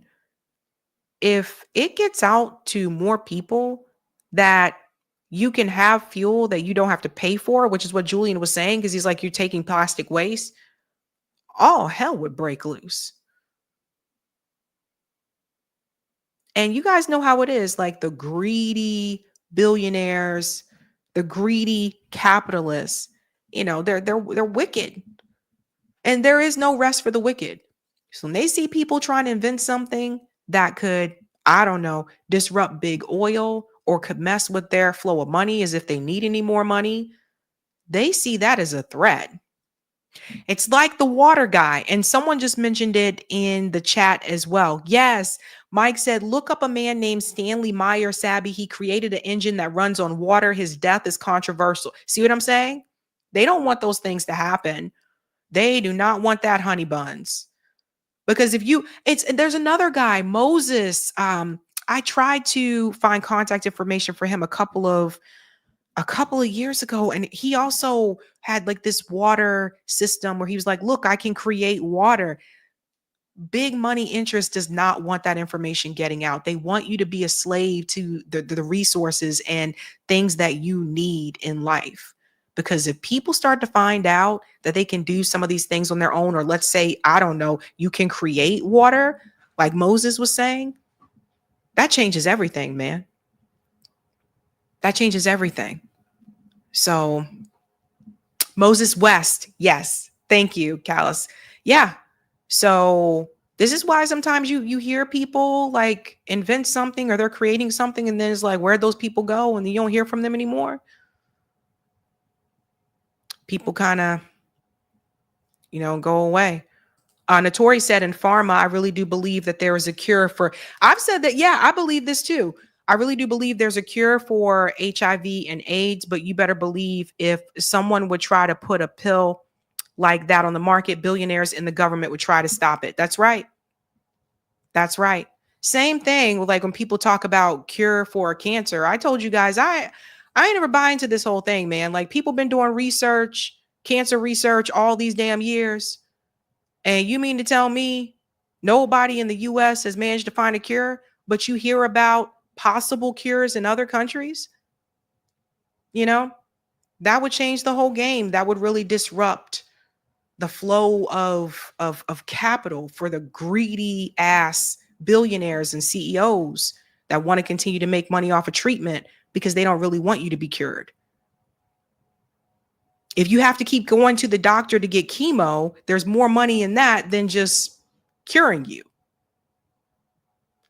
So I am glad that he is not missing. I was concerned there. So that's the good news. He's not missing, but I wish him the best, man. I wish him the best. And I hope that his mom, you know, I just hope that they're safe. Because I don't trust it, man. I don't trust a lot of people, especially when you're trying to do something that can really change the world. So there's that. Okay. All right, ladies and gentlemen, if you haven't done so, please go ahead and smash that like button. Thank you. And we're going to move on to the next story right after the comments. Marlon Wells said football players know the risk. That's true. They didn't always. Sparky said in high school football, you get hit really, really hard once a season. In college football, once a game. In pro football, once every play. I can't remember who said it. Kika said he said too much. Fire says they've stopped every alt fuel at every turn from hemp to algae and water. So this man is always in my soul prayers. Frank said Sabby plastic is actually a petroleum product. He was smart enough to recycle plastic the right way. He embarrassed big oil because they weren't smart enough to do the same. Let's get the one on Rockfin and then we'll go to the next story. Scooby-Dooby-Doo-Wop-Bop-Ba. Thank you for the tip on Rockfin, Roger. Too late, Sabrina. Derek Bailey of Derek Automotive, Friedman, inventor of an electric vehicle that has a self-generator, already beat this young man to the punch. He has an established business set up in Atlanta. I mentioned this on JB's show today. Doesn't require external fuel. It generates its own fuel. Oh, okay. I'll have to look into him. I have to check that out. Always hearing about new things. Okie dokies. Let's keep it rolling. We're doing pretty good on time. I'll come back to it, Eric. We'll come back to the super chats after this one. We are going to do call in tonight, ladies and gentlemen, instead of Thursday, because I have an early appointment Friday morning. So we're going to do it tonight. Okay. That's why I want to keep going good with the time. You guys aren't going to believe this. This is crazy as hell. So apparently Benjamin Netanyahu's son has a problem with Joe Rogan because Joe Rogan chose not to interview his daddy. You heard that right. Joe Rogan made an educated decision not to interview Benjamin Netanyahu on his podcast. And honestly, I think that was the right decision. I don't think anybody should give this dude a mic, okay? I really don't. I saw there was 2 guys that interviewed him recently. I don't think any podcaster, and I don't feel this way about most people. I'm one to tell you guys, like, listen, I'm totally fine with interviewing people that I disagree with. You see me bring on people on the show I agree with and people I disagree with. And sometimes we go back and forth. But there are certain times when I am going to draw a line. And one thing I will say is this. I don't think any podcaster should interview Benjamin Netanyahu. That's where I draw the line. Do not give this genocidal, racist piece of trash any type of microphone. That's how I feel about that. He's the exception to that rule. But his son apparently is livid that Joe Rogan snubbed his daddy. So check this out. Great wake-up call for conservatives. So this is year Netanyahu slams Joe Rogan over anti-Semitic propaganda, claims that the podcaster refused to host Israeli prime minister. And I hate the way that this is this site. People need to learn how to format their sites better. Not talking to you guys, talking to Times of India. You guys got to work on this shit. Okay. Benjamin Netanyahu, let's come down here. I'll make it a little bit smaller so it doesn't. There we go. Benjamin Netanyahu's eldest son recently accused popular American podcaster known Republican Joe Rogan of declining to host the Israeli prime minister of spreading anti-Semitic content over the years. Okay, so did he feel that he spread anti-Semitic content over the years prior to him saying, no, I'm not going to interview Benjamin Netanyahu? We got to give Joe Rogan an applause for this one. Yair, is that how we pronounce his name? Yair Netanyahu, age 33, criticized the renowned podcaster following Rogan's favorable comments about Hunter Biden, suggesting Biden's potential as a presidential candidate. So apparently this is the comment, I think, that ticked him off, because Joe Rogan said that Hunter Biden could be president and said he's more intelligent than most people know. I 100% disagree with Joe Rogan on this. I don't think, I really don't think we should be giving Hunter Biden even that much cred at this point in time. He's also very corrupt. When you look at his business dealings with his dad in Ukraine, he goes on to say, great wake-up call for conservatives to remember Joe Rogan is not a conservative. He gave a platform to every single neo-Nazi anti-Semite on this planet, but he refused to have my father on his show because he knows that he doesn't stand a chance against him. And all those years, let's go here, sorry. And all those years of anti-Semitic propaganda will go to waste. So I don't think this is the case. Like, I don't think that Joe Rogan is afraid of Benjamin Netanyahu. I don't think that at all. I just think that Joe Rogan doesn't want to give a microphone to a genocidal, racist piece of shit. I don't know. I just think that's really what this is about. I don't think it's that he's afraid of him or he feels as though he can't argue with him. I don't think that's part of it at all.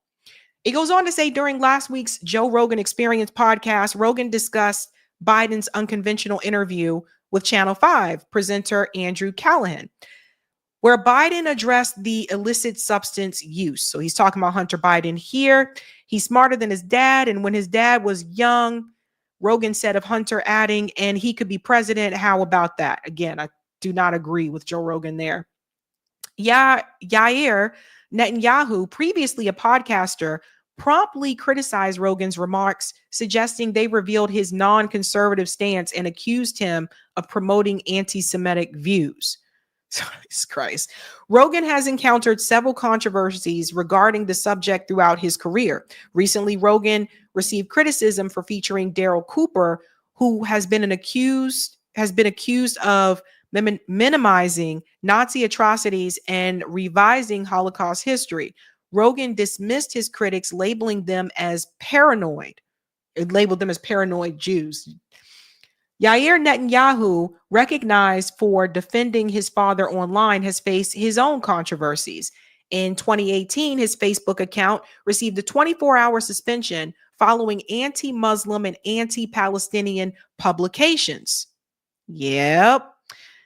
Do you know where there are no attacks? In Iceland and Japan. That's because there are no Muslims, he wrote in one post, as quoted by the New York Post. In another, he wrote, there will never be peace with the monsters in human form, known since 1964 as Palestinians. So that's coming from Benjamin Netanyahu's son. These people have been brainwashed. It's indoctrined in them. And the reality is, you see what he was saying there? His problem is all Muslims. He's like, notice there's no attacks in Iceland or Japan because there's no Muslims there. That's what Benjamin Netanyahu's son said. but he has issues with Joe Rogan. That same year, the prime minister's son, then 26, was recorded outside a Tel Aviv strip club, intoxicated, bragging about his father and making inappropriate comments about women, according to New York Post reports. Why are we not surprised? Okay, so first and foremost, this whole thing here with Joe Rogan, Benjamin Netanyahu's son lives in Miami. You guys know that? He lives in Miami. He don't live in Israel. Dun, dun, dun. Yeah, he lives in Miami. He's a spoiled brat. That's who Benjamin Netanyahu's son is. Joe Rogan doesn't owe Benjamin Netanyahu an interview. He doesn't have to interview him. But I looked at a couple of things and I was like, maybe he has issues with some of the guests that came on and some of the things that they said about Israel. Maybe that's what he is upset about, right? Maybe one of the ones like this one with Tim Dillon. You want to come over to me? Do you have anything nice to say about Israel? Any Ukraine? I'm waiting for the money. I texted Barry Weiss. I go, here's the way this game works. I get a little bit of money first. Not I go on and defend whatever the hell you people want to do. I'm not going to get my beak wet. If you and I go to Israel, will you slap on the yarmulke? Absolutely. Absolutely. Will you kiss the wall? Absolutely. Absolutely. Really? Oh yeah, sure. I mean, and my film is greenlit when? You have to kiss the wall. And no, I don't know anything. The wall is is that the Wailing Wall? I don't know, but Mike Huckabee's over there like a good Christian. Oh well, he loves it over Easter there. Sunday. He That's loves where he's it over supposed there to be. because the fundamentalist Christians go hard. Yeah. With the Israel thing. They're Yeah, like, let's they think go. Jesus is coming back to that spot. Yeah, what's very interesting is if Israel said to a fundamentalist Christian, if Netanyahu called Mike Huckabee and said, we're going to have to nuke Iran, he'd go, let's do it. That's what Jesus wants. wants. Do it. That's what Jesus would want, a nuclear war. So that's where we've gotten. We've gotten to the Jesus point. wants us to use the nukes. They want to come over. So Yar, however we're pronouncing his name, might have had a problem with that segment. You know, Tim Dillon's a comedian, like they're joking around there and everything, but he might have had a problem with that. You can't joke about Israel. You can't disagree with Israel. Or maybe he had a problem with Abby Martin coming onto Joe Rogan's show.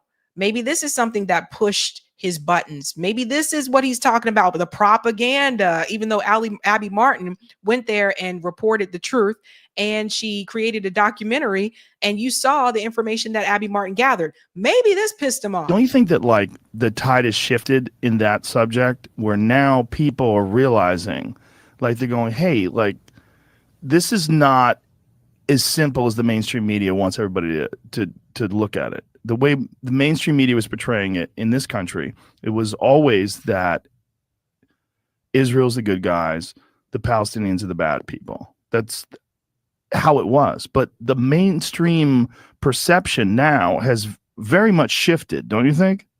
Like with this 100%.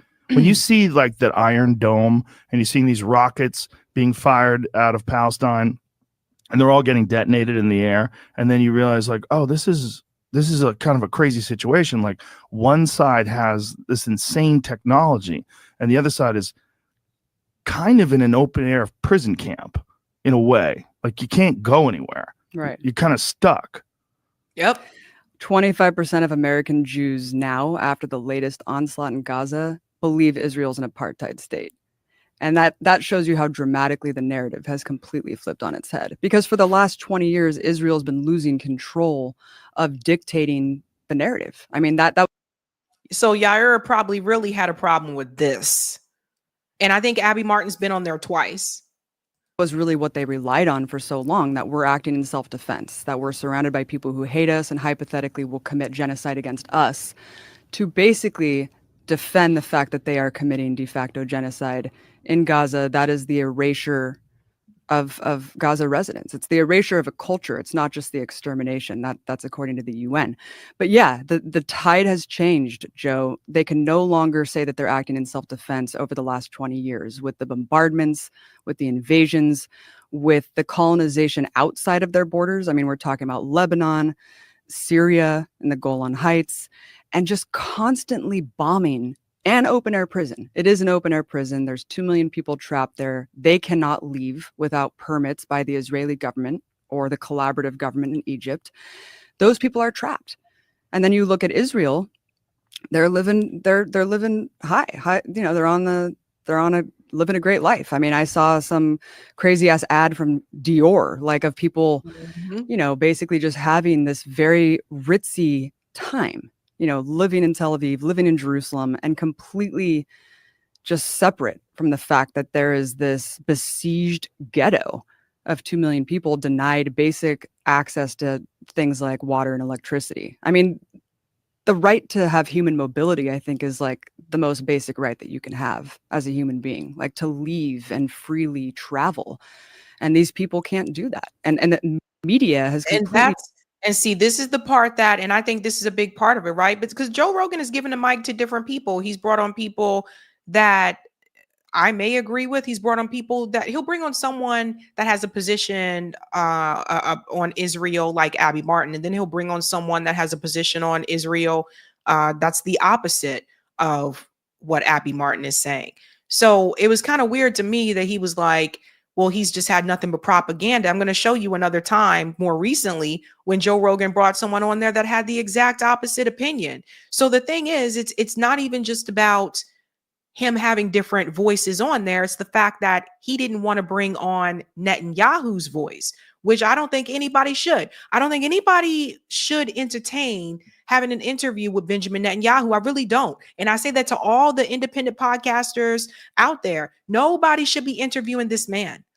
And I'm dead serious about that. I said the same thing with Piers Morgan, who continues to bring on that war criminal. Jonathan from the IDF continues to bring on Alan Dershowitz and Rabbi Shmuley. Nobody should be giving these people a microphone at this point in time. None. Ignore them. Let them fade away. Painted it forever. The media is totally controlled, right? The media acts as an arm of the state. And for the longest time, the media has basically just said Israel is right. They've only depicted the Israeli side of the story. And it doesn't matter anymore because with the advent of social media, Palestinians are able to film their own reality for the first time. So they're filming the home demolitions. They're filming the ethnic cleansing. They're filming themselves getting bombed relentlessly for no reason other than collective punishment and torture of this area. And that is convincing the world and actually bringing more people to their side. Yeah, he may not have liked that.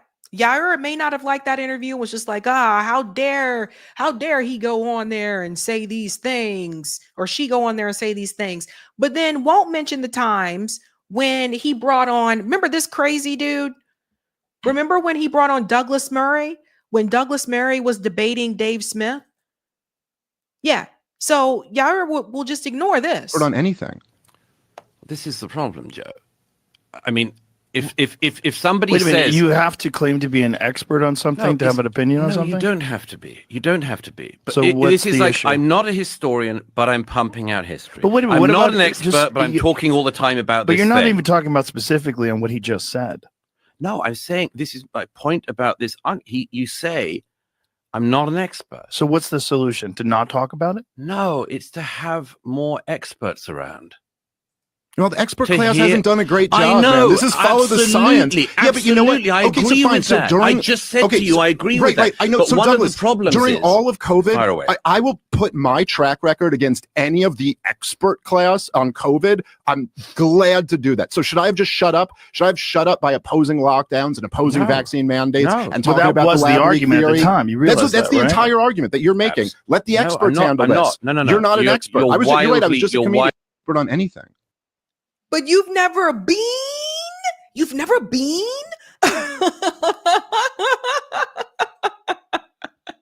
So the point is, you see that he brings on people with different views on said subjects. But I just want to remind everybody that was fairly recent when Douglas Murray came on. And my whole thing is that, it's just really about the fact that Benjamin Netanyahu is the issue here. That's the issue, because he didn't want to give a microphone because he knows that Joe Rogan has a large audience and he wanted his father to have a large audience to spread that propaganda. Your father goes on to CNN, MSNBC, Fox News. They have interviewed Benjamin Netanyahu multiple times. Why does he need to appeal to the Joe Rogan crowd? He's on corporate media. He's on corporate media after they've killed babies. He still goes on to corporate media. They still interview him and treat him like he's a guest of honor. He walks into Congress and stands there in front of all the Congress members and basically tells them, we are going to do what we want to do. You're going to keep giving us money, goddammit. And we're going to get rid of everything in the Middle East that does not bow to our interests. But because he's told no by Joe Rogan, that's a problem. Now, if just saying no, that's seen as problematic. You say no, then all of a sudden you're called anti-Semitic because you don't want to talk to said person. You don't want to bring them on as a guest.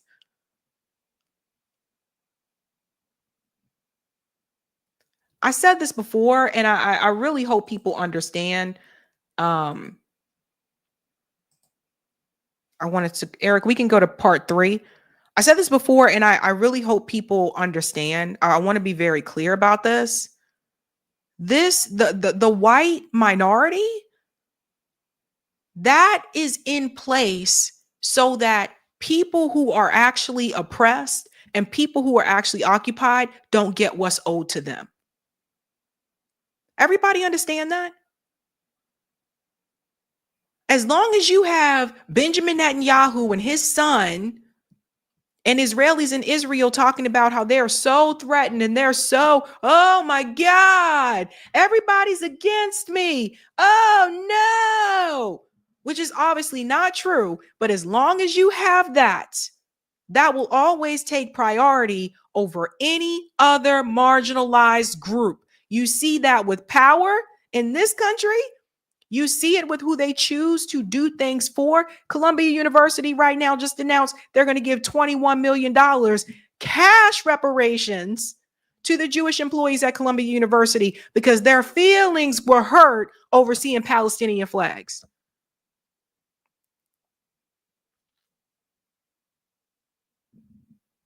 This part is really important. I keep telling people this. This is why now they don't want to get us nobody else. When it comes to anybody else who's asking for what's owed to them, all of a sudden there's all these excuses. We ain't got the money. It's too difficult to figure out who's who. Oh, how do we know who came from where? And da-da-da-da. But you see, just like that, how quickly they can kick out money because somebody's feelings were hurt. There have been many people in this country who had their feelings hurt. There have been people in this country. My grandparents had to deal with the Klan. Okay? My grandparents had to deal with Jim Crow, the Klan, busing. My great-grandparents, sharecroppers. That's what we had to deal with. You get cash reparations because your feelings were hurt at Columbia University. As long as there is a white minority, they will be prioritized, and other groups that are marginalized, occupied, oppressed will always come last. Everyone got to understand that. He pushing this for his daddy because at the end of the day, there's no rest for the wicked. No rest for the wicked. Always looking over your shoulder. Netanyahu don't want to resign because he don't want to face his crimes. He don't want to go to jail. He always got to be looking over his shoulder. Who's coming after me? Who wants to file me with this? That's no rest for the wicked. The people who are not wicked don't have to do that.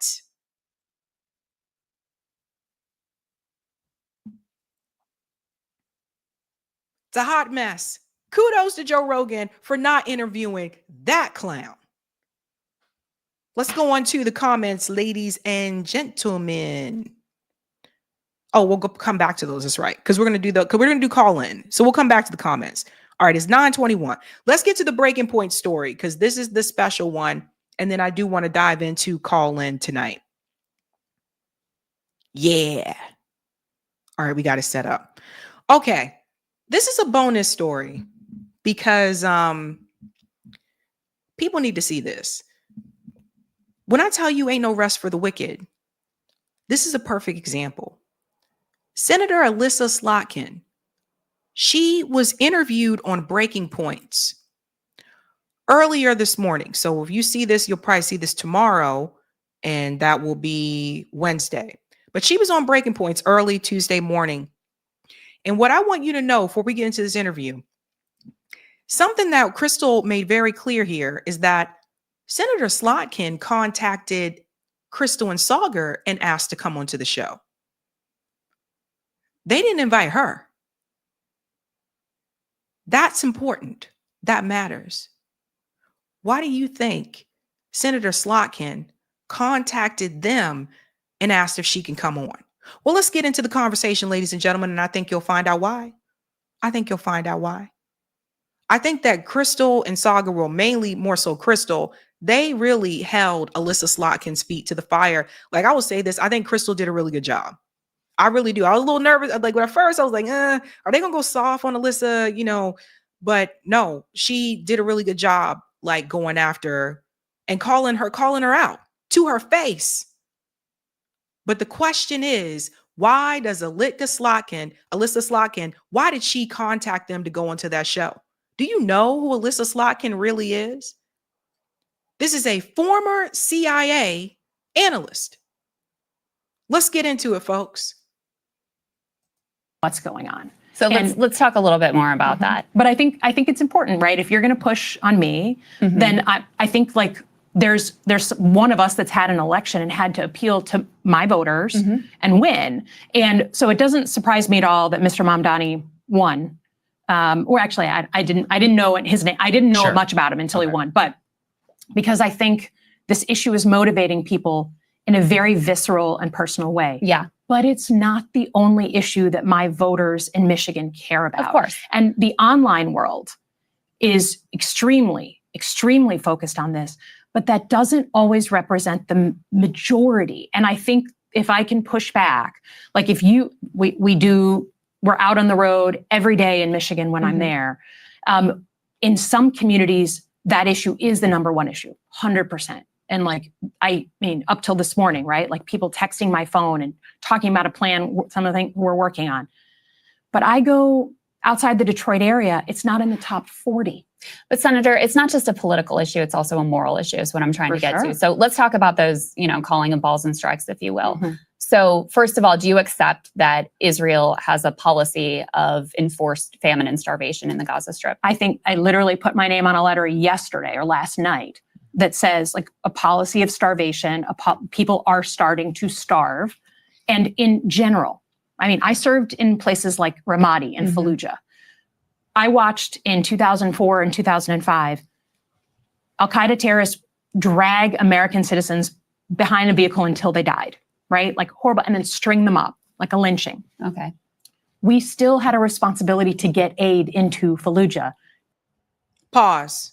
So let me explain something here. Alyssa Slotkin served there as a member of the CIA. That's the part she leaves out. This woman is a former CIA analyst, and it's not like I was in the CIA and I became a CIA whistleblower. Hell no. She's not like whistleblower-ish. No, she was former CIA. And you are going to witness her use CIA talking points throughout this interview. But I thought was really interesting is like Crystal didn't fall for it. Alyssa Slotkin came onto the show and she invited herself. She invited herself to come onto that show because she knows that Breaking Points has a diverse audience in the respect that there are conservatives that watch it to get Saagar's point of view, right? And then there are progressives and maybe some liberals that watch it to get Crystal and Ryan's point of view. And I think conservatives also watch to get what's her name? Emma. Elizabeth. Damn it. To get her point of view too. You guys know what I'm talking about. So they do have like that diverse audience where you got people on different sides that are watching it because they have Emily. Thank you, Skylar. Emily. Because they have like different perspectives. So she went on there because she wants to try to change the narrative. She wants to get her side of the narrative, particularly on Israel, because that's what they spent most of the time talking about, to that audience. She came on there to try to get them to still have some type of faith or some type of support for the state of Israel, for the existence of Israel. And if you look at the numbers that I've already showed you before, the new polling shows the majority of American voters, Netanyahu has a negative 28 approval rating. The majority of Americans are not for supporting Israel, not just what's happening in Gaza, but supporting Israel in general. And that is why Alyssa contacted them to go on that show. They also have 1.55 million subscribers. So they have a large viewership. That's why she went on there. That's why she contacted them. This piece is important. She reached out to them. They didn't reach out to her. And Crystal says that very early on in the interview. Let's continue. Despite the fact that we were fighting Al-Qaeda cells in Fallujah, and I have been clear about that. So this is a crime against humanity. Forced starvation is a crime against humanity. The occupying power has a responsibility to get aid into the war zone. Period. So by the law of war. Stop here for a second. Did everybody see what this woman just did? This woman just said the occupying power has a responsibility to get the aid in. Before we even get to getting the aid in, let's fucking stop with occupying power. She just admitted to the whole audience that Israel is occupying Gaza. So then the question comes as this: if you just admitted to everyone that they're occupying Gaza, why the hell are you supporting a state that's occupying a group of people?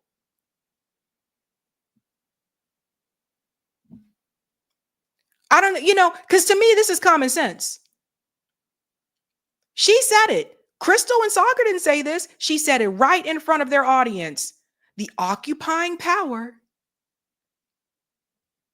So she supports occupation. Let's continue. So in addition, do you accept that the Israeli plan, as reported by Haaretz, as discussed openly by ministers like Ben-Gvir and Smotrich, as backed by the President of the United States, is forced ethnic cleansing? I think we have, as recently as yesterday, the Prime Minister of Israel talking about forced migration into certain areas and then potentially out of the country. That is not legal. That is not on any international standard since World War II. And I've been clear about that. So I would ask for a little bit of an open mind. Well, what I would ask is, listen, I'm a YouTuber. I have my words. That's all I have. But you're a United States senator. Like you're not the president, but you have power. So what are you going to do? Because so far what we've seen, I mean, you voted for some of the aid that's been used to massacre children and innocents. You have backed Israel, as far as I can tell, from your voting record at almost every turn. You voted for a definition of anti-Semitism that would, codify anti-Zionism as anti-Semitism. You voted as a member of the House to sanction the ICC for indicting Benjamin Netanyahu, who you just admitted is a war criminal, by your own words. So are you going to join Senator Angus King, Senator Bernie Sanders in saying no more aid to this country that is committing war crimes against innocent civilians? I think the first... Pause here for a second. Crystal clocked her on that, right? What are you going to do? This is the question a lot of people don't like to ask Democrats. They don't.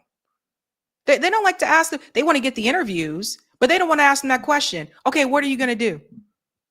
What is the plan? What is the strategy? And Crystal told her to her face that you have power. And she does. She's in a position the rest of us are not in. I'm not in the Senate. You're not in the Senate. The Senate has more power than the House. So yeah, that's the question. What are you going to do, Alyssa? Now she asked her about the aid. Let me show you a little spin that she gives. If you're asking about what to do with power, and I would offer that right now Democrats own nothing in Washington. So don't play powerless with me. You're a United States senator. There are things you can do. In terms of who runs our foreign policy, I just think it's interesting, right? That there was a ton of protests when Democrats were in charge. There was a protest in Manhattan yesterday. Okay. I think it's fair to say, just to be honest, that back and forth, like the number of protests that go on now versus before. Well, they were part of your political coalition. Well, that's not. I mean, let me pause here for a second. CIA strategy, CIA tactic right here. Crystal asked her a very simple question. What are you going to do? Are you going to withhold aid to Israel? She goes into this tangent of something that doesn't really answer the question.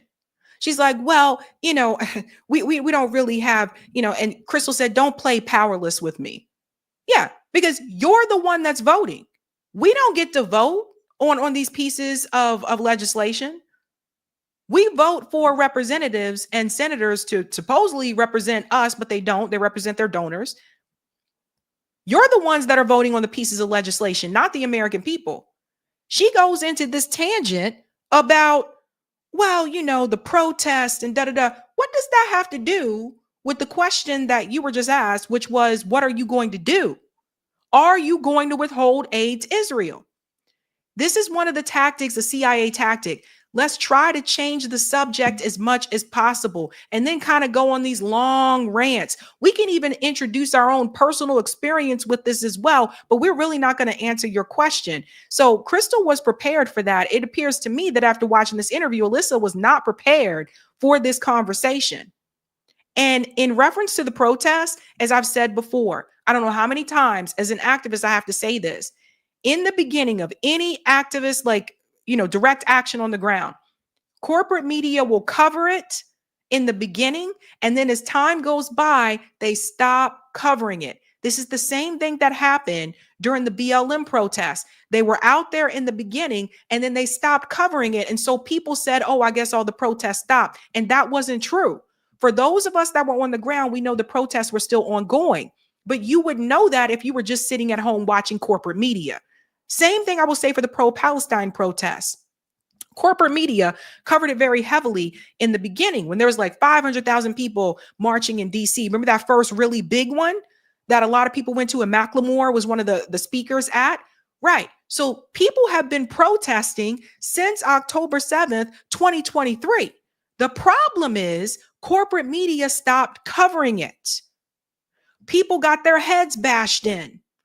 People have been dragged on the streets by cops. Don't believe me? Watch Status Quo. They cover protests all the fucking time. Corporate media stopped covering those protests.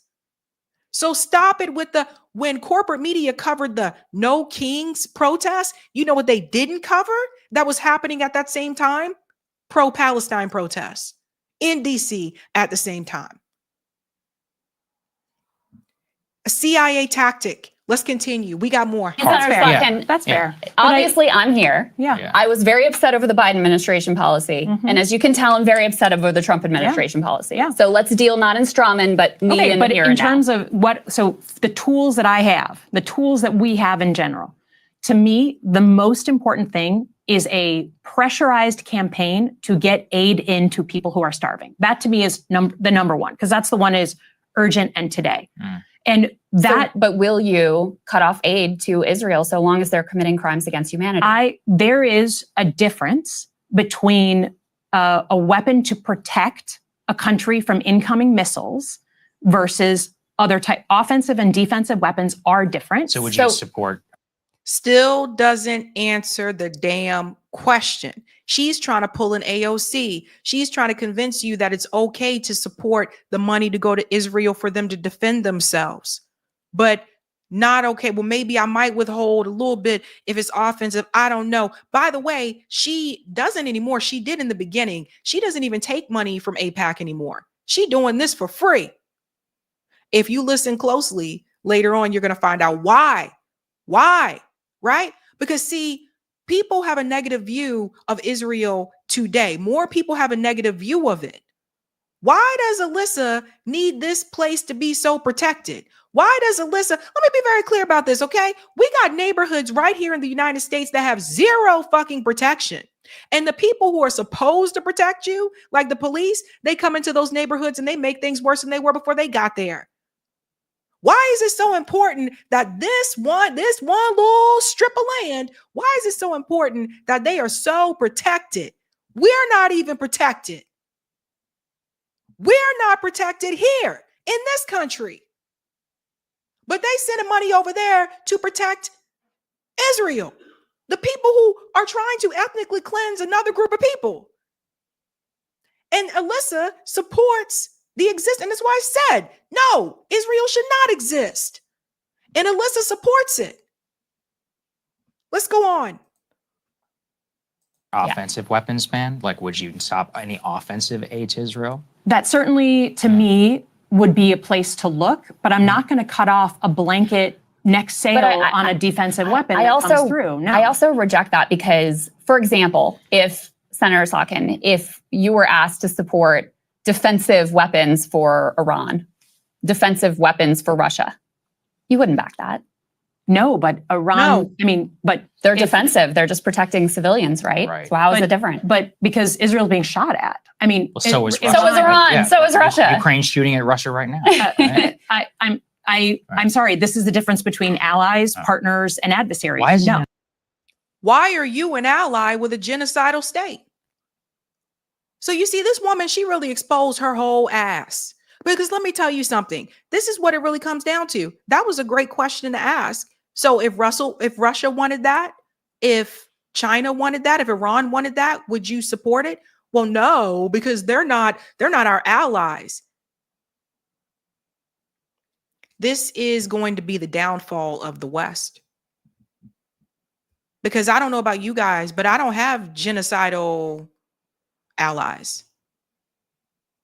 I don't have genocidal allies. And I said this before, any black politician in DC that is supporting Israel, you kind of look like Django to me right now, man. That's what you look like to me.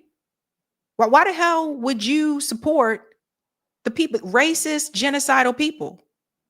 Because they all took money to go along with it to further their careers. She really exposed herself in this interview. Ally then. What are they doing right now that which makes it an ally? I think allied relationships, just like Lithuania right now, like an allied relationship or a partner relationship is a long-standing relationship of information sharing and diplomacy. And that is, to me, it's not a like every day we decide Lithuania is our ally or not. We're allied or not. And sometimes we have big breaks with allies. Right? Sometimes we have difficult moments with allies. Sometimes it goes the wrong way with allies.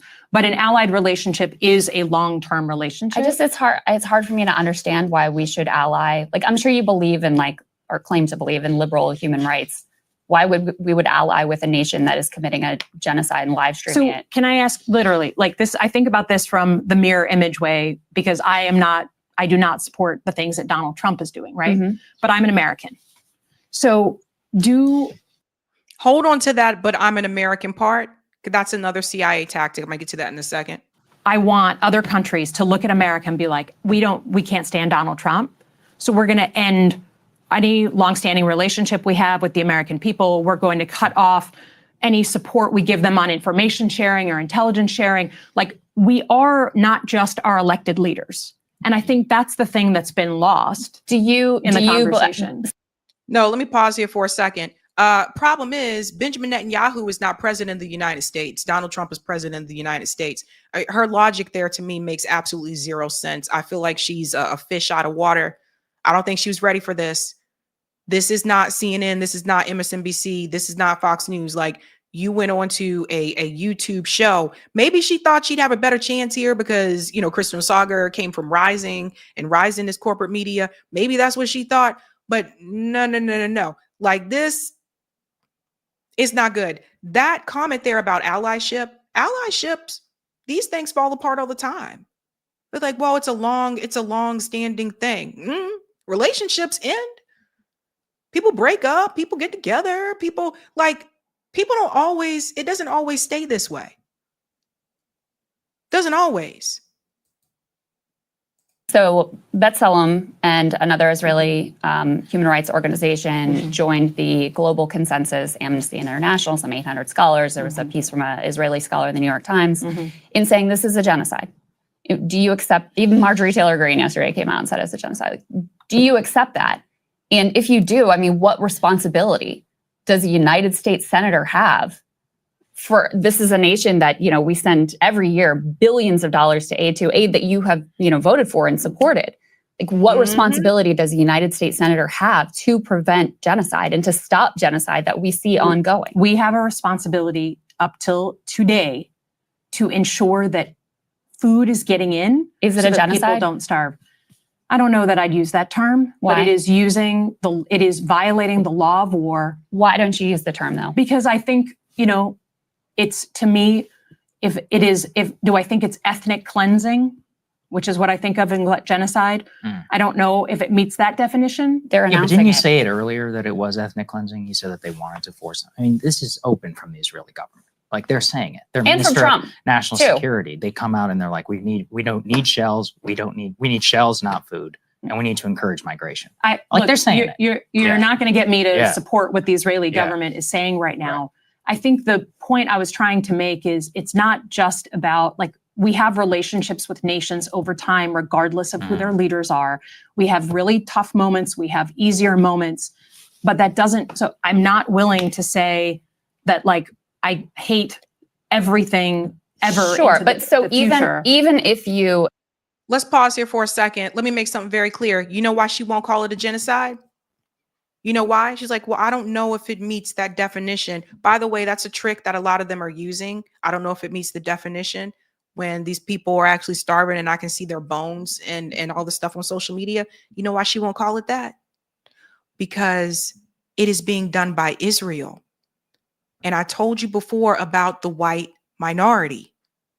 If Israel is committing a genocide against another group of people,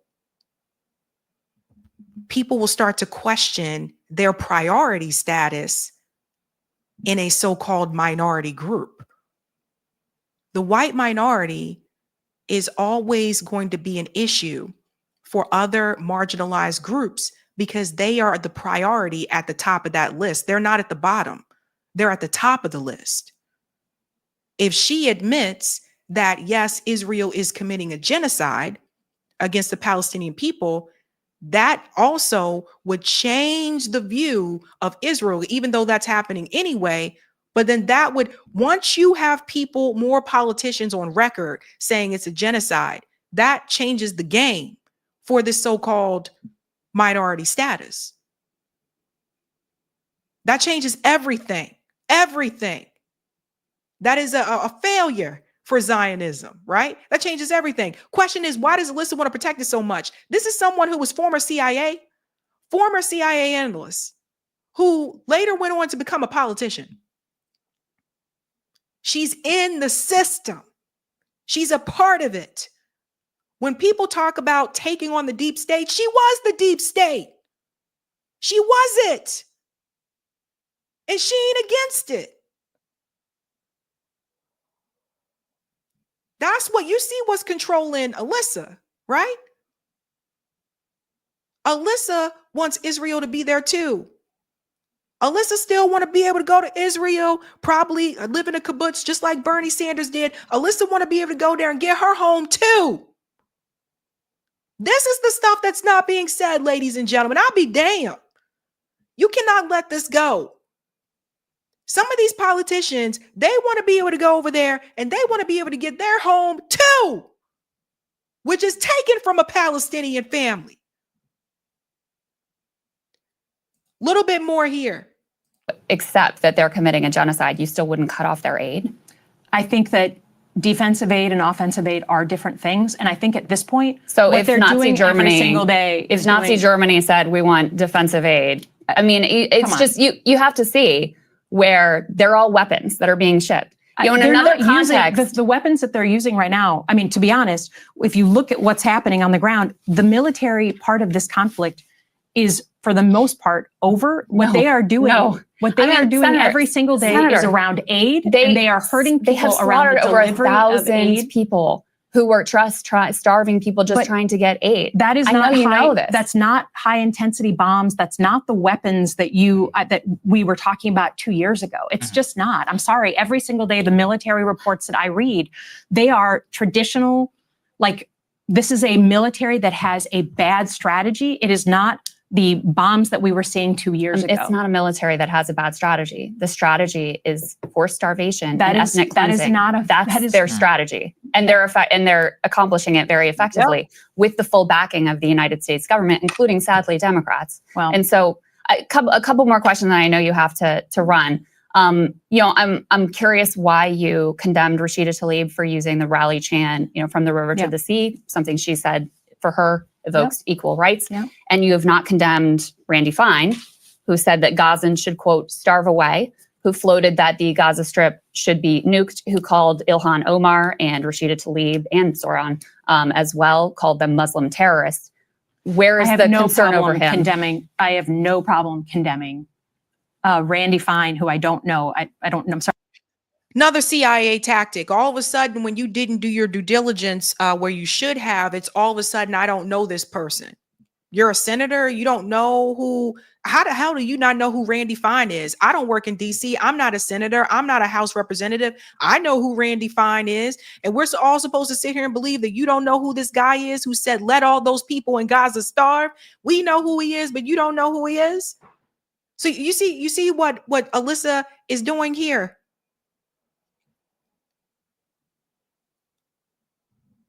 I don't know. I would say that if I knew who he was, but you didn't say it. That's the point. When backed up against the wall, try to find ways to get yourself out of the situation while claiming, well, I didn't know.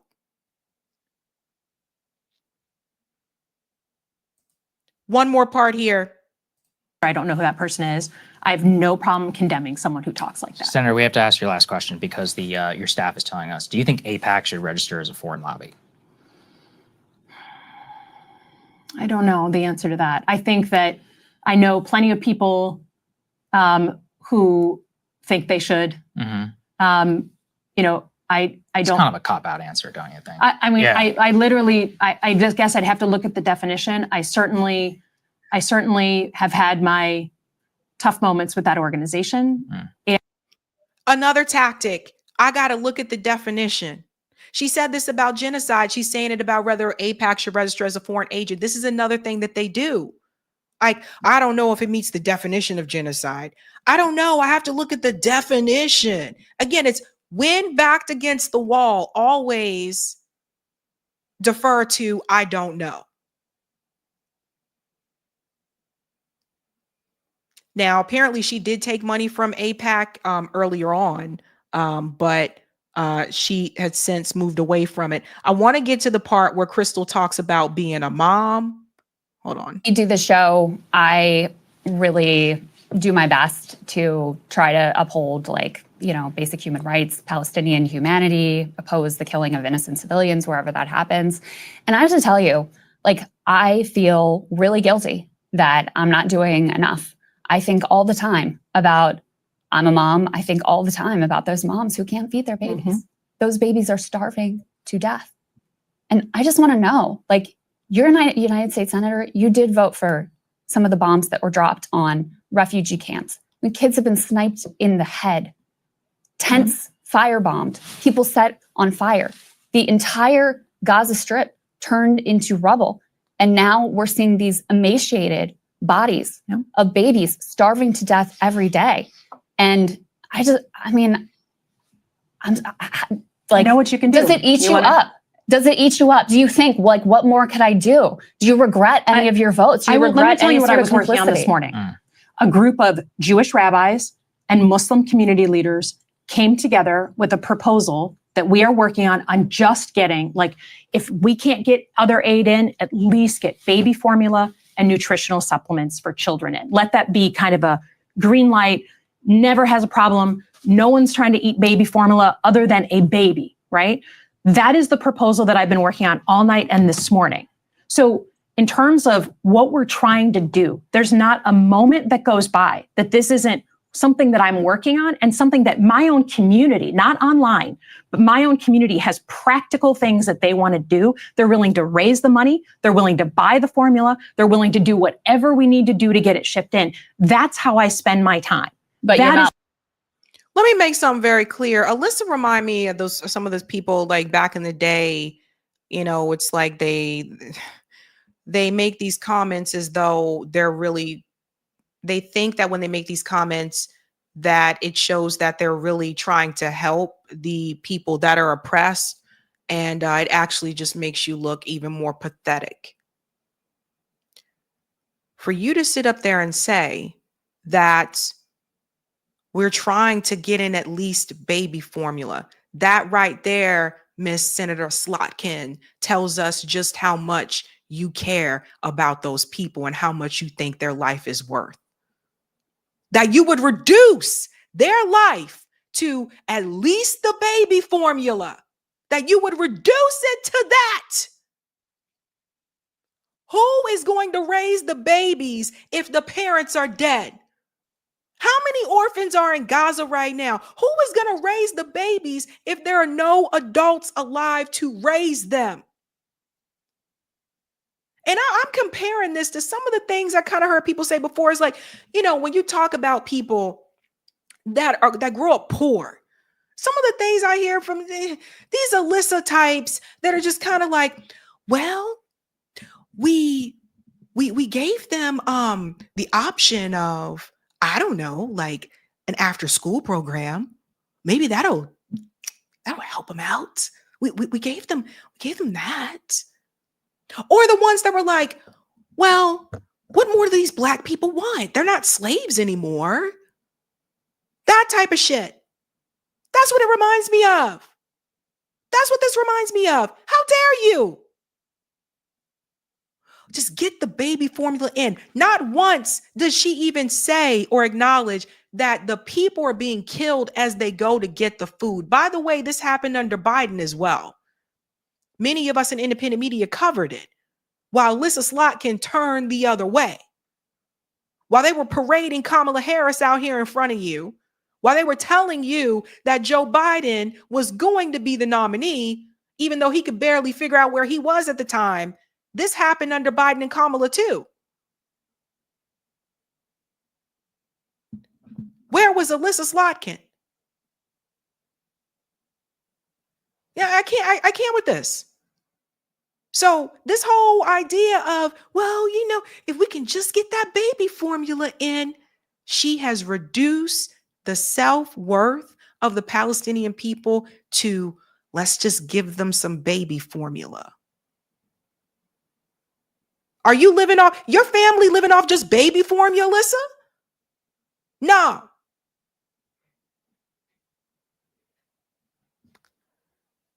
It ends this part here. Willing to cut off aid to Israel. To me, that to me is the most effective thing that I can do today. This is a subtle question. Your staff is telling us you absolutely have to go. So we appreciate your time. Thank you very much for coming. Senator. Thank you very much. Yeah, that was not good for Alyssa. And I'll show you this because we got to get into it, right? This woman, look at this. Let me show you who Alyssa Slotkin really is. I told you she was CIA. She was CIA. Look at this. A member of the Democratic Party, Slotkin was a CIA analyst and Department of Defense official, ending her career in the field as the acting assistant secretary of defense for international security affairs. She was CIA. And there are people who have been in the CIA and then they become whistleblowers. She's not one of them. She's not one of them. This is the tactics I was telling you about, right? Now, it's called Advice from the CIA, How to Sabotage Your Workplace, but it can be applied in other conversations. And this is what I want you guys to see. Look at some of the things that they do. Nick, my comrade Nick from RBN has shown this multiple times on RBN. And I'm showing it to you guys because I just want you to see stuff they do, right? Check this out. Insist on doing everything through channels. Never permit shortcuts to be taken in order to expedite decisions. Alyssa told Crystal Ball and Sagar that she signed on to a letter. Woo. Alyssa told Crystal Ball, she was like, well, we just had a meeting about such and we are trying to work to do blah, blah, blah. Notice all of these things are things that take time, and it's never anything that is quick and immediate that can be done immediately. Like, I don't know, cutting off aid to Israel. They don't want to do things that work quickly. They want to propose things that is going to take time. That's a tactic. They are stalling. Here's another one. Here we go. Make speeches, talk as frequently as possible and at great length. Illustrate your points by long anecdotes and accounts of personal experiences. Never hesitate to make a few appropriate patriotic comments. Bam. What did Alyssa do when she was sitting there talking to Crystal? She said, I remember when I was there and we had Al-Qaeda take American hostages. This conversation was not about Al-Qaeda, but that's her offering her personal experience. Then she goes on to say, listen, I'm an American. That's the patriotic part. I'm telling you guys, this is so like, when possible, refer all matters to committees for further study and consideration. Attempt to make the committees as large as possible, never less than 5. Listen, we are meeting with people. We are meeting, we're getting together. I just had a such and such with such and such. We are having these discussions. By the way, this is another thing that is done to make sure that we don't get tangibles here in the United States for working class people in this country. They defer it to a study. Oftentimes when a bill is sent to a study, there's no actual study happening. It is just a way for them to get you out of their damn face and make you think that they're doing something that they're not really doing. The most quick response would be to end the aid to Israel. That's it. Stop it. Just end the aid. That's it. Then they can't attack nobody no more. They won't be starving no more babies, all that type of stuff. That is the quick response. But the CIA tactic and strategy does not want a quick response. Bring up irrelevant issues as frequently as possible. Haggle over precise wordings of communications, minutes, or resolutions. Notice how she kept bringing up definition. Now it applies to the workplace, but you can see them use this in other conversations. Notice how she was like, I don't know if it meets that definition. She said that twice about 2 different issues during that interview. Goes on to say here's another one. Advocate caution, be reasonable, and urge your fellow conferees to be reasonable and avoid haste, which might result in embarrassments or difficulties later on. What did she say earlier on when she came onto the show? I am trying to get you to be reasonable, to hear this side, to understand this. That's why at the very beginning, when I told you, Crystal asked her, you contacted us. What are you expecting to get out of this? She contacted them and asked to come onto the show. They didn't contact her. She went on there with a mission to speak to their 1.55 million subscribers to try to get them to be reasonable about Israel.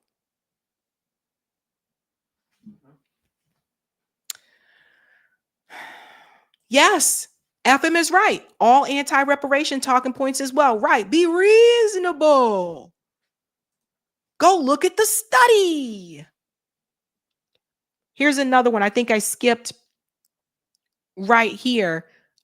Refer back to matters decided upon at the last meeting and attempt to reopen the question of the advisability of that decision. Congress is notorious for doing that. She brings up, I just met with this person and we talked about this. We're meeting with this and we're talking about that. The point is, it prevents you from moving forward. Everything you're hearing right now, we just got to get the aid in. Isn't that the same thing you heard Kamala Harris and Joe Biden say when they were in office? We got to get the aid in. We got to get to a ceasefire. We got to get to this. They hold the key to that. Ronald Reagan revealed that when he was president. They control the weapons that go to Israel. They can stop all of this with one phone call. Biden could have done that. Trump can do that now. And all these senators and these congressmen and women, they are all playing along with the game. So that's why I continue to say there is no working with Israel. This is something where me and Shama disagreed on the show. I said, hells no. It is a sick culture, a sick society that sits there. The majority of Israelis in Israel, and the polls show this, want the Palestinian people gone. And then you have the U.S. government sitting up there backing their genocidal project.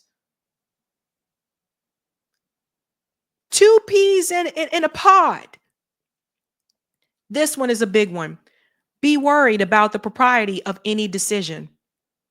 Be worried about the propriety of any decision. Raise the question of whether such action as is contemplated lies within the jurisdiction of the group, whether it might conflict with policy of some higher echelon.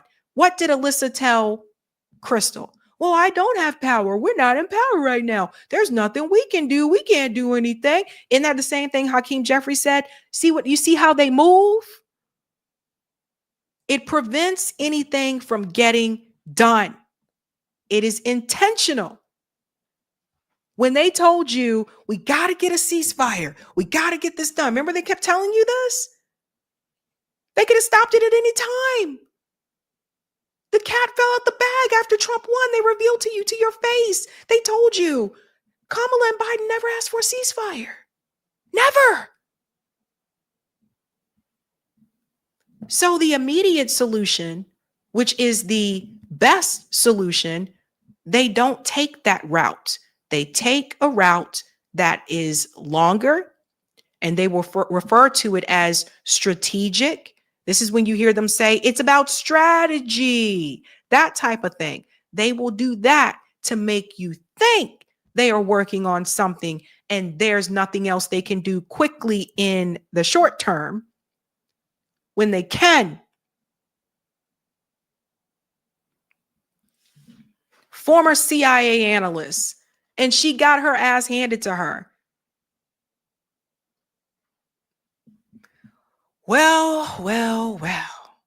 No rest for the wicked. That's why she had to come on there. No rest for the wicked. She got to come on there and protect Israel. Let me go onto this show because Israel's losing support. Let me try to win some of these viewers back and get them to be reasonable. Nobody should sit here and be reasonable during a genocide. No one. None. Nada. Period. All right, Eric, we're going to do call in, guys. I'm going to take a quick break and I'll be back and we'll go into call in. Yeah. Hey. All right. Yes. So this is the part of the show where we're going to be transitioning from the regular show into the Zoom call and hangout. Sabby is setting up the room now. And then we'll be giving you that link, and we'll also set up the Sabby Sabs 2 link and whatnot. But in the meantime, I'm going to read some super chats and also, maybe say a few words about but we can talk about this stuff in call-in, in the Zoom Hangout call-in. We want to hear what you think, about this story, about any of the other stories we've had. The crystal ball one is interesting. It's really great, that she gave the senator that out of her time, and it's good to see. It I guess it does get a little tricky because then when it gets down to what are the real issues, I wish they would really dig down into what are the core issues here that are causing all of this, and it's always down to about the money, and it's down to about interests, right? There's the interest of the billionaire class, the military industrial complex, the corporate elites, the corporate oligarchy, and the interests of the 99%. And all of this stuff comes down to which side, is a person on, is a senator on. And I think it's pretty obvious which side that Senator Spook there is on. And like I said, with Crystal and Sagar, I mean, it's great to see them do that. I guess then when someone like a Jill Stein comes along, or if it gets down to this question of, well, shouldn't the so-called progressive Democrats be exiting the party? And same with the Republicans, be exiting the party and forming a coalition to fix these things. Then where would a Crystal and Sagar be on that? Is kind of where it gets questionable. But that's all. We can talk about it on the Zoom Hangout call. And anyways, we got a bunch of super chats, so let me dive into those. Oh, but just before I do that, just if you're interested in those kind of things and viewing this in terms of interest and all that stuff, do check out 11 Demands at 11demands.org and check out the Substack. The most recent Substack is about this question, 2 sets of interests. Just look up 11 Demands. It's easy to find. So please do that, and maybe even join the 11 Demands collective there. Encourage everyone. All right. Thanks for this super chat. Marlon Wells, and some of these go back a couple stories. But Marlon's saying they want to reduce and control the population through our food and man-made diseases. And thanks, Helpful Harm, who says, football player, I'm not sure, but that goes back to, the shooter story. But thanks for that one. And thanks, Jasmine Harrell, for being a member for 20 months. He says, funny enough, there was a small Islamic population in Iceland. Oh, interesting. Yeah, pushing back on that other talking point. And thanks for this one, Sparky. When I was a kid, fundamentalists and evangelical Christians called Israelis child killers. Funny how they changed their tune after Israel started writing checks to their churches and charities. And yet, you got it. That money talks. And thanks, John L., who said, as someone who works in healthcare, I promise you that in general, most cancers that can't be surgically removed and have metastasized can't be cured. And thanks for this one, Sparky, who says, hope the inventor is okay. I've known several geniuses who woke up one day between 18 and 24 and suddenly someone or something is out to get them. They woke up with paranoid schizophrenia. And thanks for this generous super chat, Lovey Dovey, good name, who says, it's not about Republican versus Democrat. It's us, the people, versus the deep state. And I appreciate that. And, and I would say it's about up, down, about, top 0.1% versus the rest of us. And thanks also for this one, Sparky, who continues, they're brilliant, but are held back by paranoia. The danger is police see the odd behavior and arrest, or worse to them, they don't present well to people who don't know what they're about. And thanks for this. In the U.S., the police don't see the public as large as people to protect and serve. They see them as enemy combatants. Yeah, I hear you, Sparky. And it's also the other thing I always think about with police is it's a very different story depending on what community you're looking at. If you're looking at a well-to-do white community, they love the police. Yeah, the police are their friends. They'll help out and whatnot. If you look at a depressed, not so white community, it's the police are an occupying army, so that is a big part of it as well. And again, it can come down to the economics and the money. Thanks for this super chat, Mark. Sabby, I remember what Muhammad Ali said about how no Viet Cong ever called me the N-word. What he was implying that the enemy, our own leaders, still holds. Yeah, Ali was pretty based on those things, and in general. And Sparky calling that senator spinning spook. And Jasmine coming in saying the senator is garbage. I hear you. And thanks also for this one, Sparky. Anytime someone says Israel is our only friend in the Middle East, I can't help but think before Israel, we had no enemies in the Middle East, quoting U.S. missionary John Sheehan.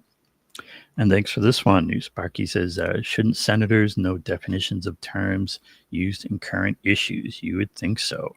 And also this one, thanks.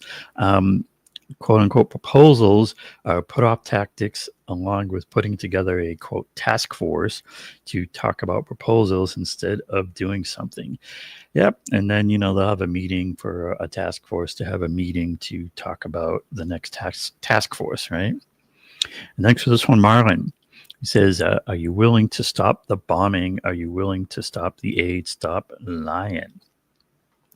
And thanks, Sparky. even the evil MF Lindsey Graham had to lighten up on starving the Palestinians a little, since his late friend John McCain's widow is in charge of a group that's blocked from feeding the people of Gaza. And I mean, there's a lot going on. I mean, there's, there is some shifts and some definite things happening. People are, it's so bad that even the normies are noticing, I guess we can put it that way. And next to this from Marlon, a senator that doesn't know the laws but has all the answers on the campaign trail. Yeah, and that's another thing, with these, politicians. I mean, they're all basically talking points machines, right? That's what our politicians are. And, that's, yeah. Do you want to carry on? Yeah. Thank you, Roger. Give them baby formula, more like let them eat cake. Exactly. Thank you, Sparky. People complain about Ronald Reagan, but at least he told Israel to cease and desist and then F off. Thank you for this one. Christ killers, not child killers. And thank you for this one. Public at large. Yeah, man. No rest for the wicked. Let's get the one on, I think it's Rumble Rant. Yeah, I think it's a Rumble Rant. There ain't no rest for the wicked. Ain't no rest for the wicked. About that. Oh, here we go. No rest for the wicked. Ain't no rest. Thank you, Goo.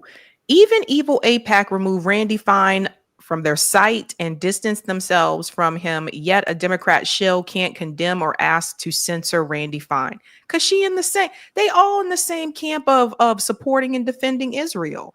Thank you for this one as well. You can open the Rafah gates and 600 trucks have tons of baby formula. Yeah. Yep. Thank you for this one. Goo as well. Follow Zionism Observer on X, who, like tracking AIPAC, is having receipts on these fake politician concerns of Gaza to how their actions in the past supported genocide and saying we will not forget. Yes, indeed. And thank you for this one. Lastly, Sabby, CIA was created in 1947. Then Mossad created in 1948. They are one and the same. It was planned for a U.S. hegemony. And CIA and Mossad, I believe, are one and the same. Yeah, Goo is on to something. Okay, we are going to head on over to call in, ladies and gentlemen. I hope to see you there. That link is pinned at the very top of the chat. We do call in on Zoom. I'm going to go ahead and open the room while I'm here on the stream, just to make sure people can get in. The way this works is if you want to talk, ladies and gentlemen, you just raise your hand. There is an icon at the bottom of the screen that says raise your hand. You click on that, and that's how I know to call on you. That's how I know that you want to speak. And I'm being told I had a Freudian slip. I said I should have said Christ killers, not child killers. Oh, okay. Christ killers, not Something child else killers. about public at large. But anyways, thanks, Sparky. Okay, thank you. Thank you so much. And yeah, ladies and gents. All right, people are already into the room. See if I can get in there. And if you come on a little bit later, you can go to sabbysabs2.com to access that Zoom link as well. And we'll see you in the call-in. Or you can use it now. Yeah. All right. And I just ask everybody, please mute yourself when you enter the room. Eric, once you join, I see you here. I'll go ahead and make you a co-host. Hey. There you are. All right. Eric is a co-host. I'll see y'all in there. All right, ladies and gentlemen, we are heading on over to call-in. So, you know how we do this. Have a good night and keep up the fight.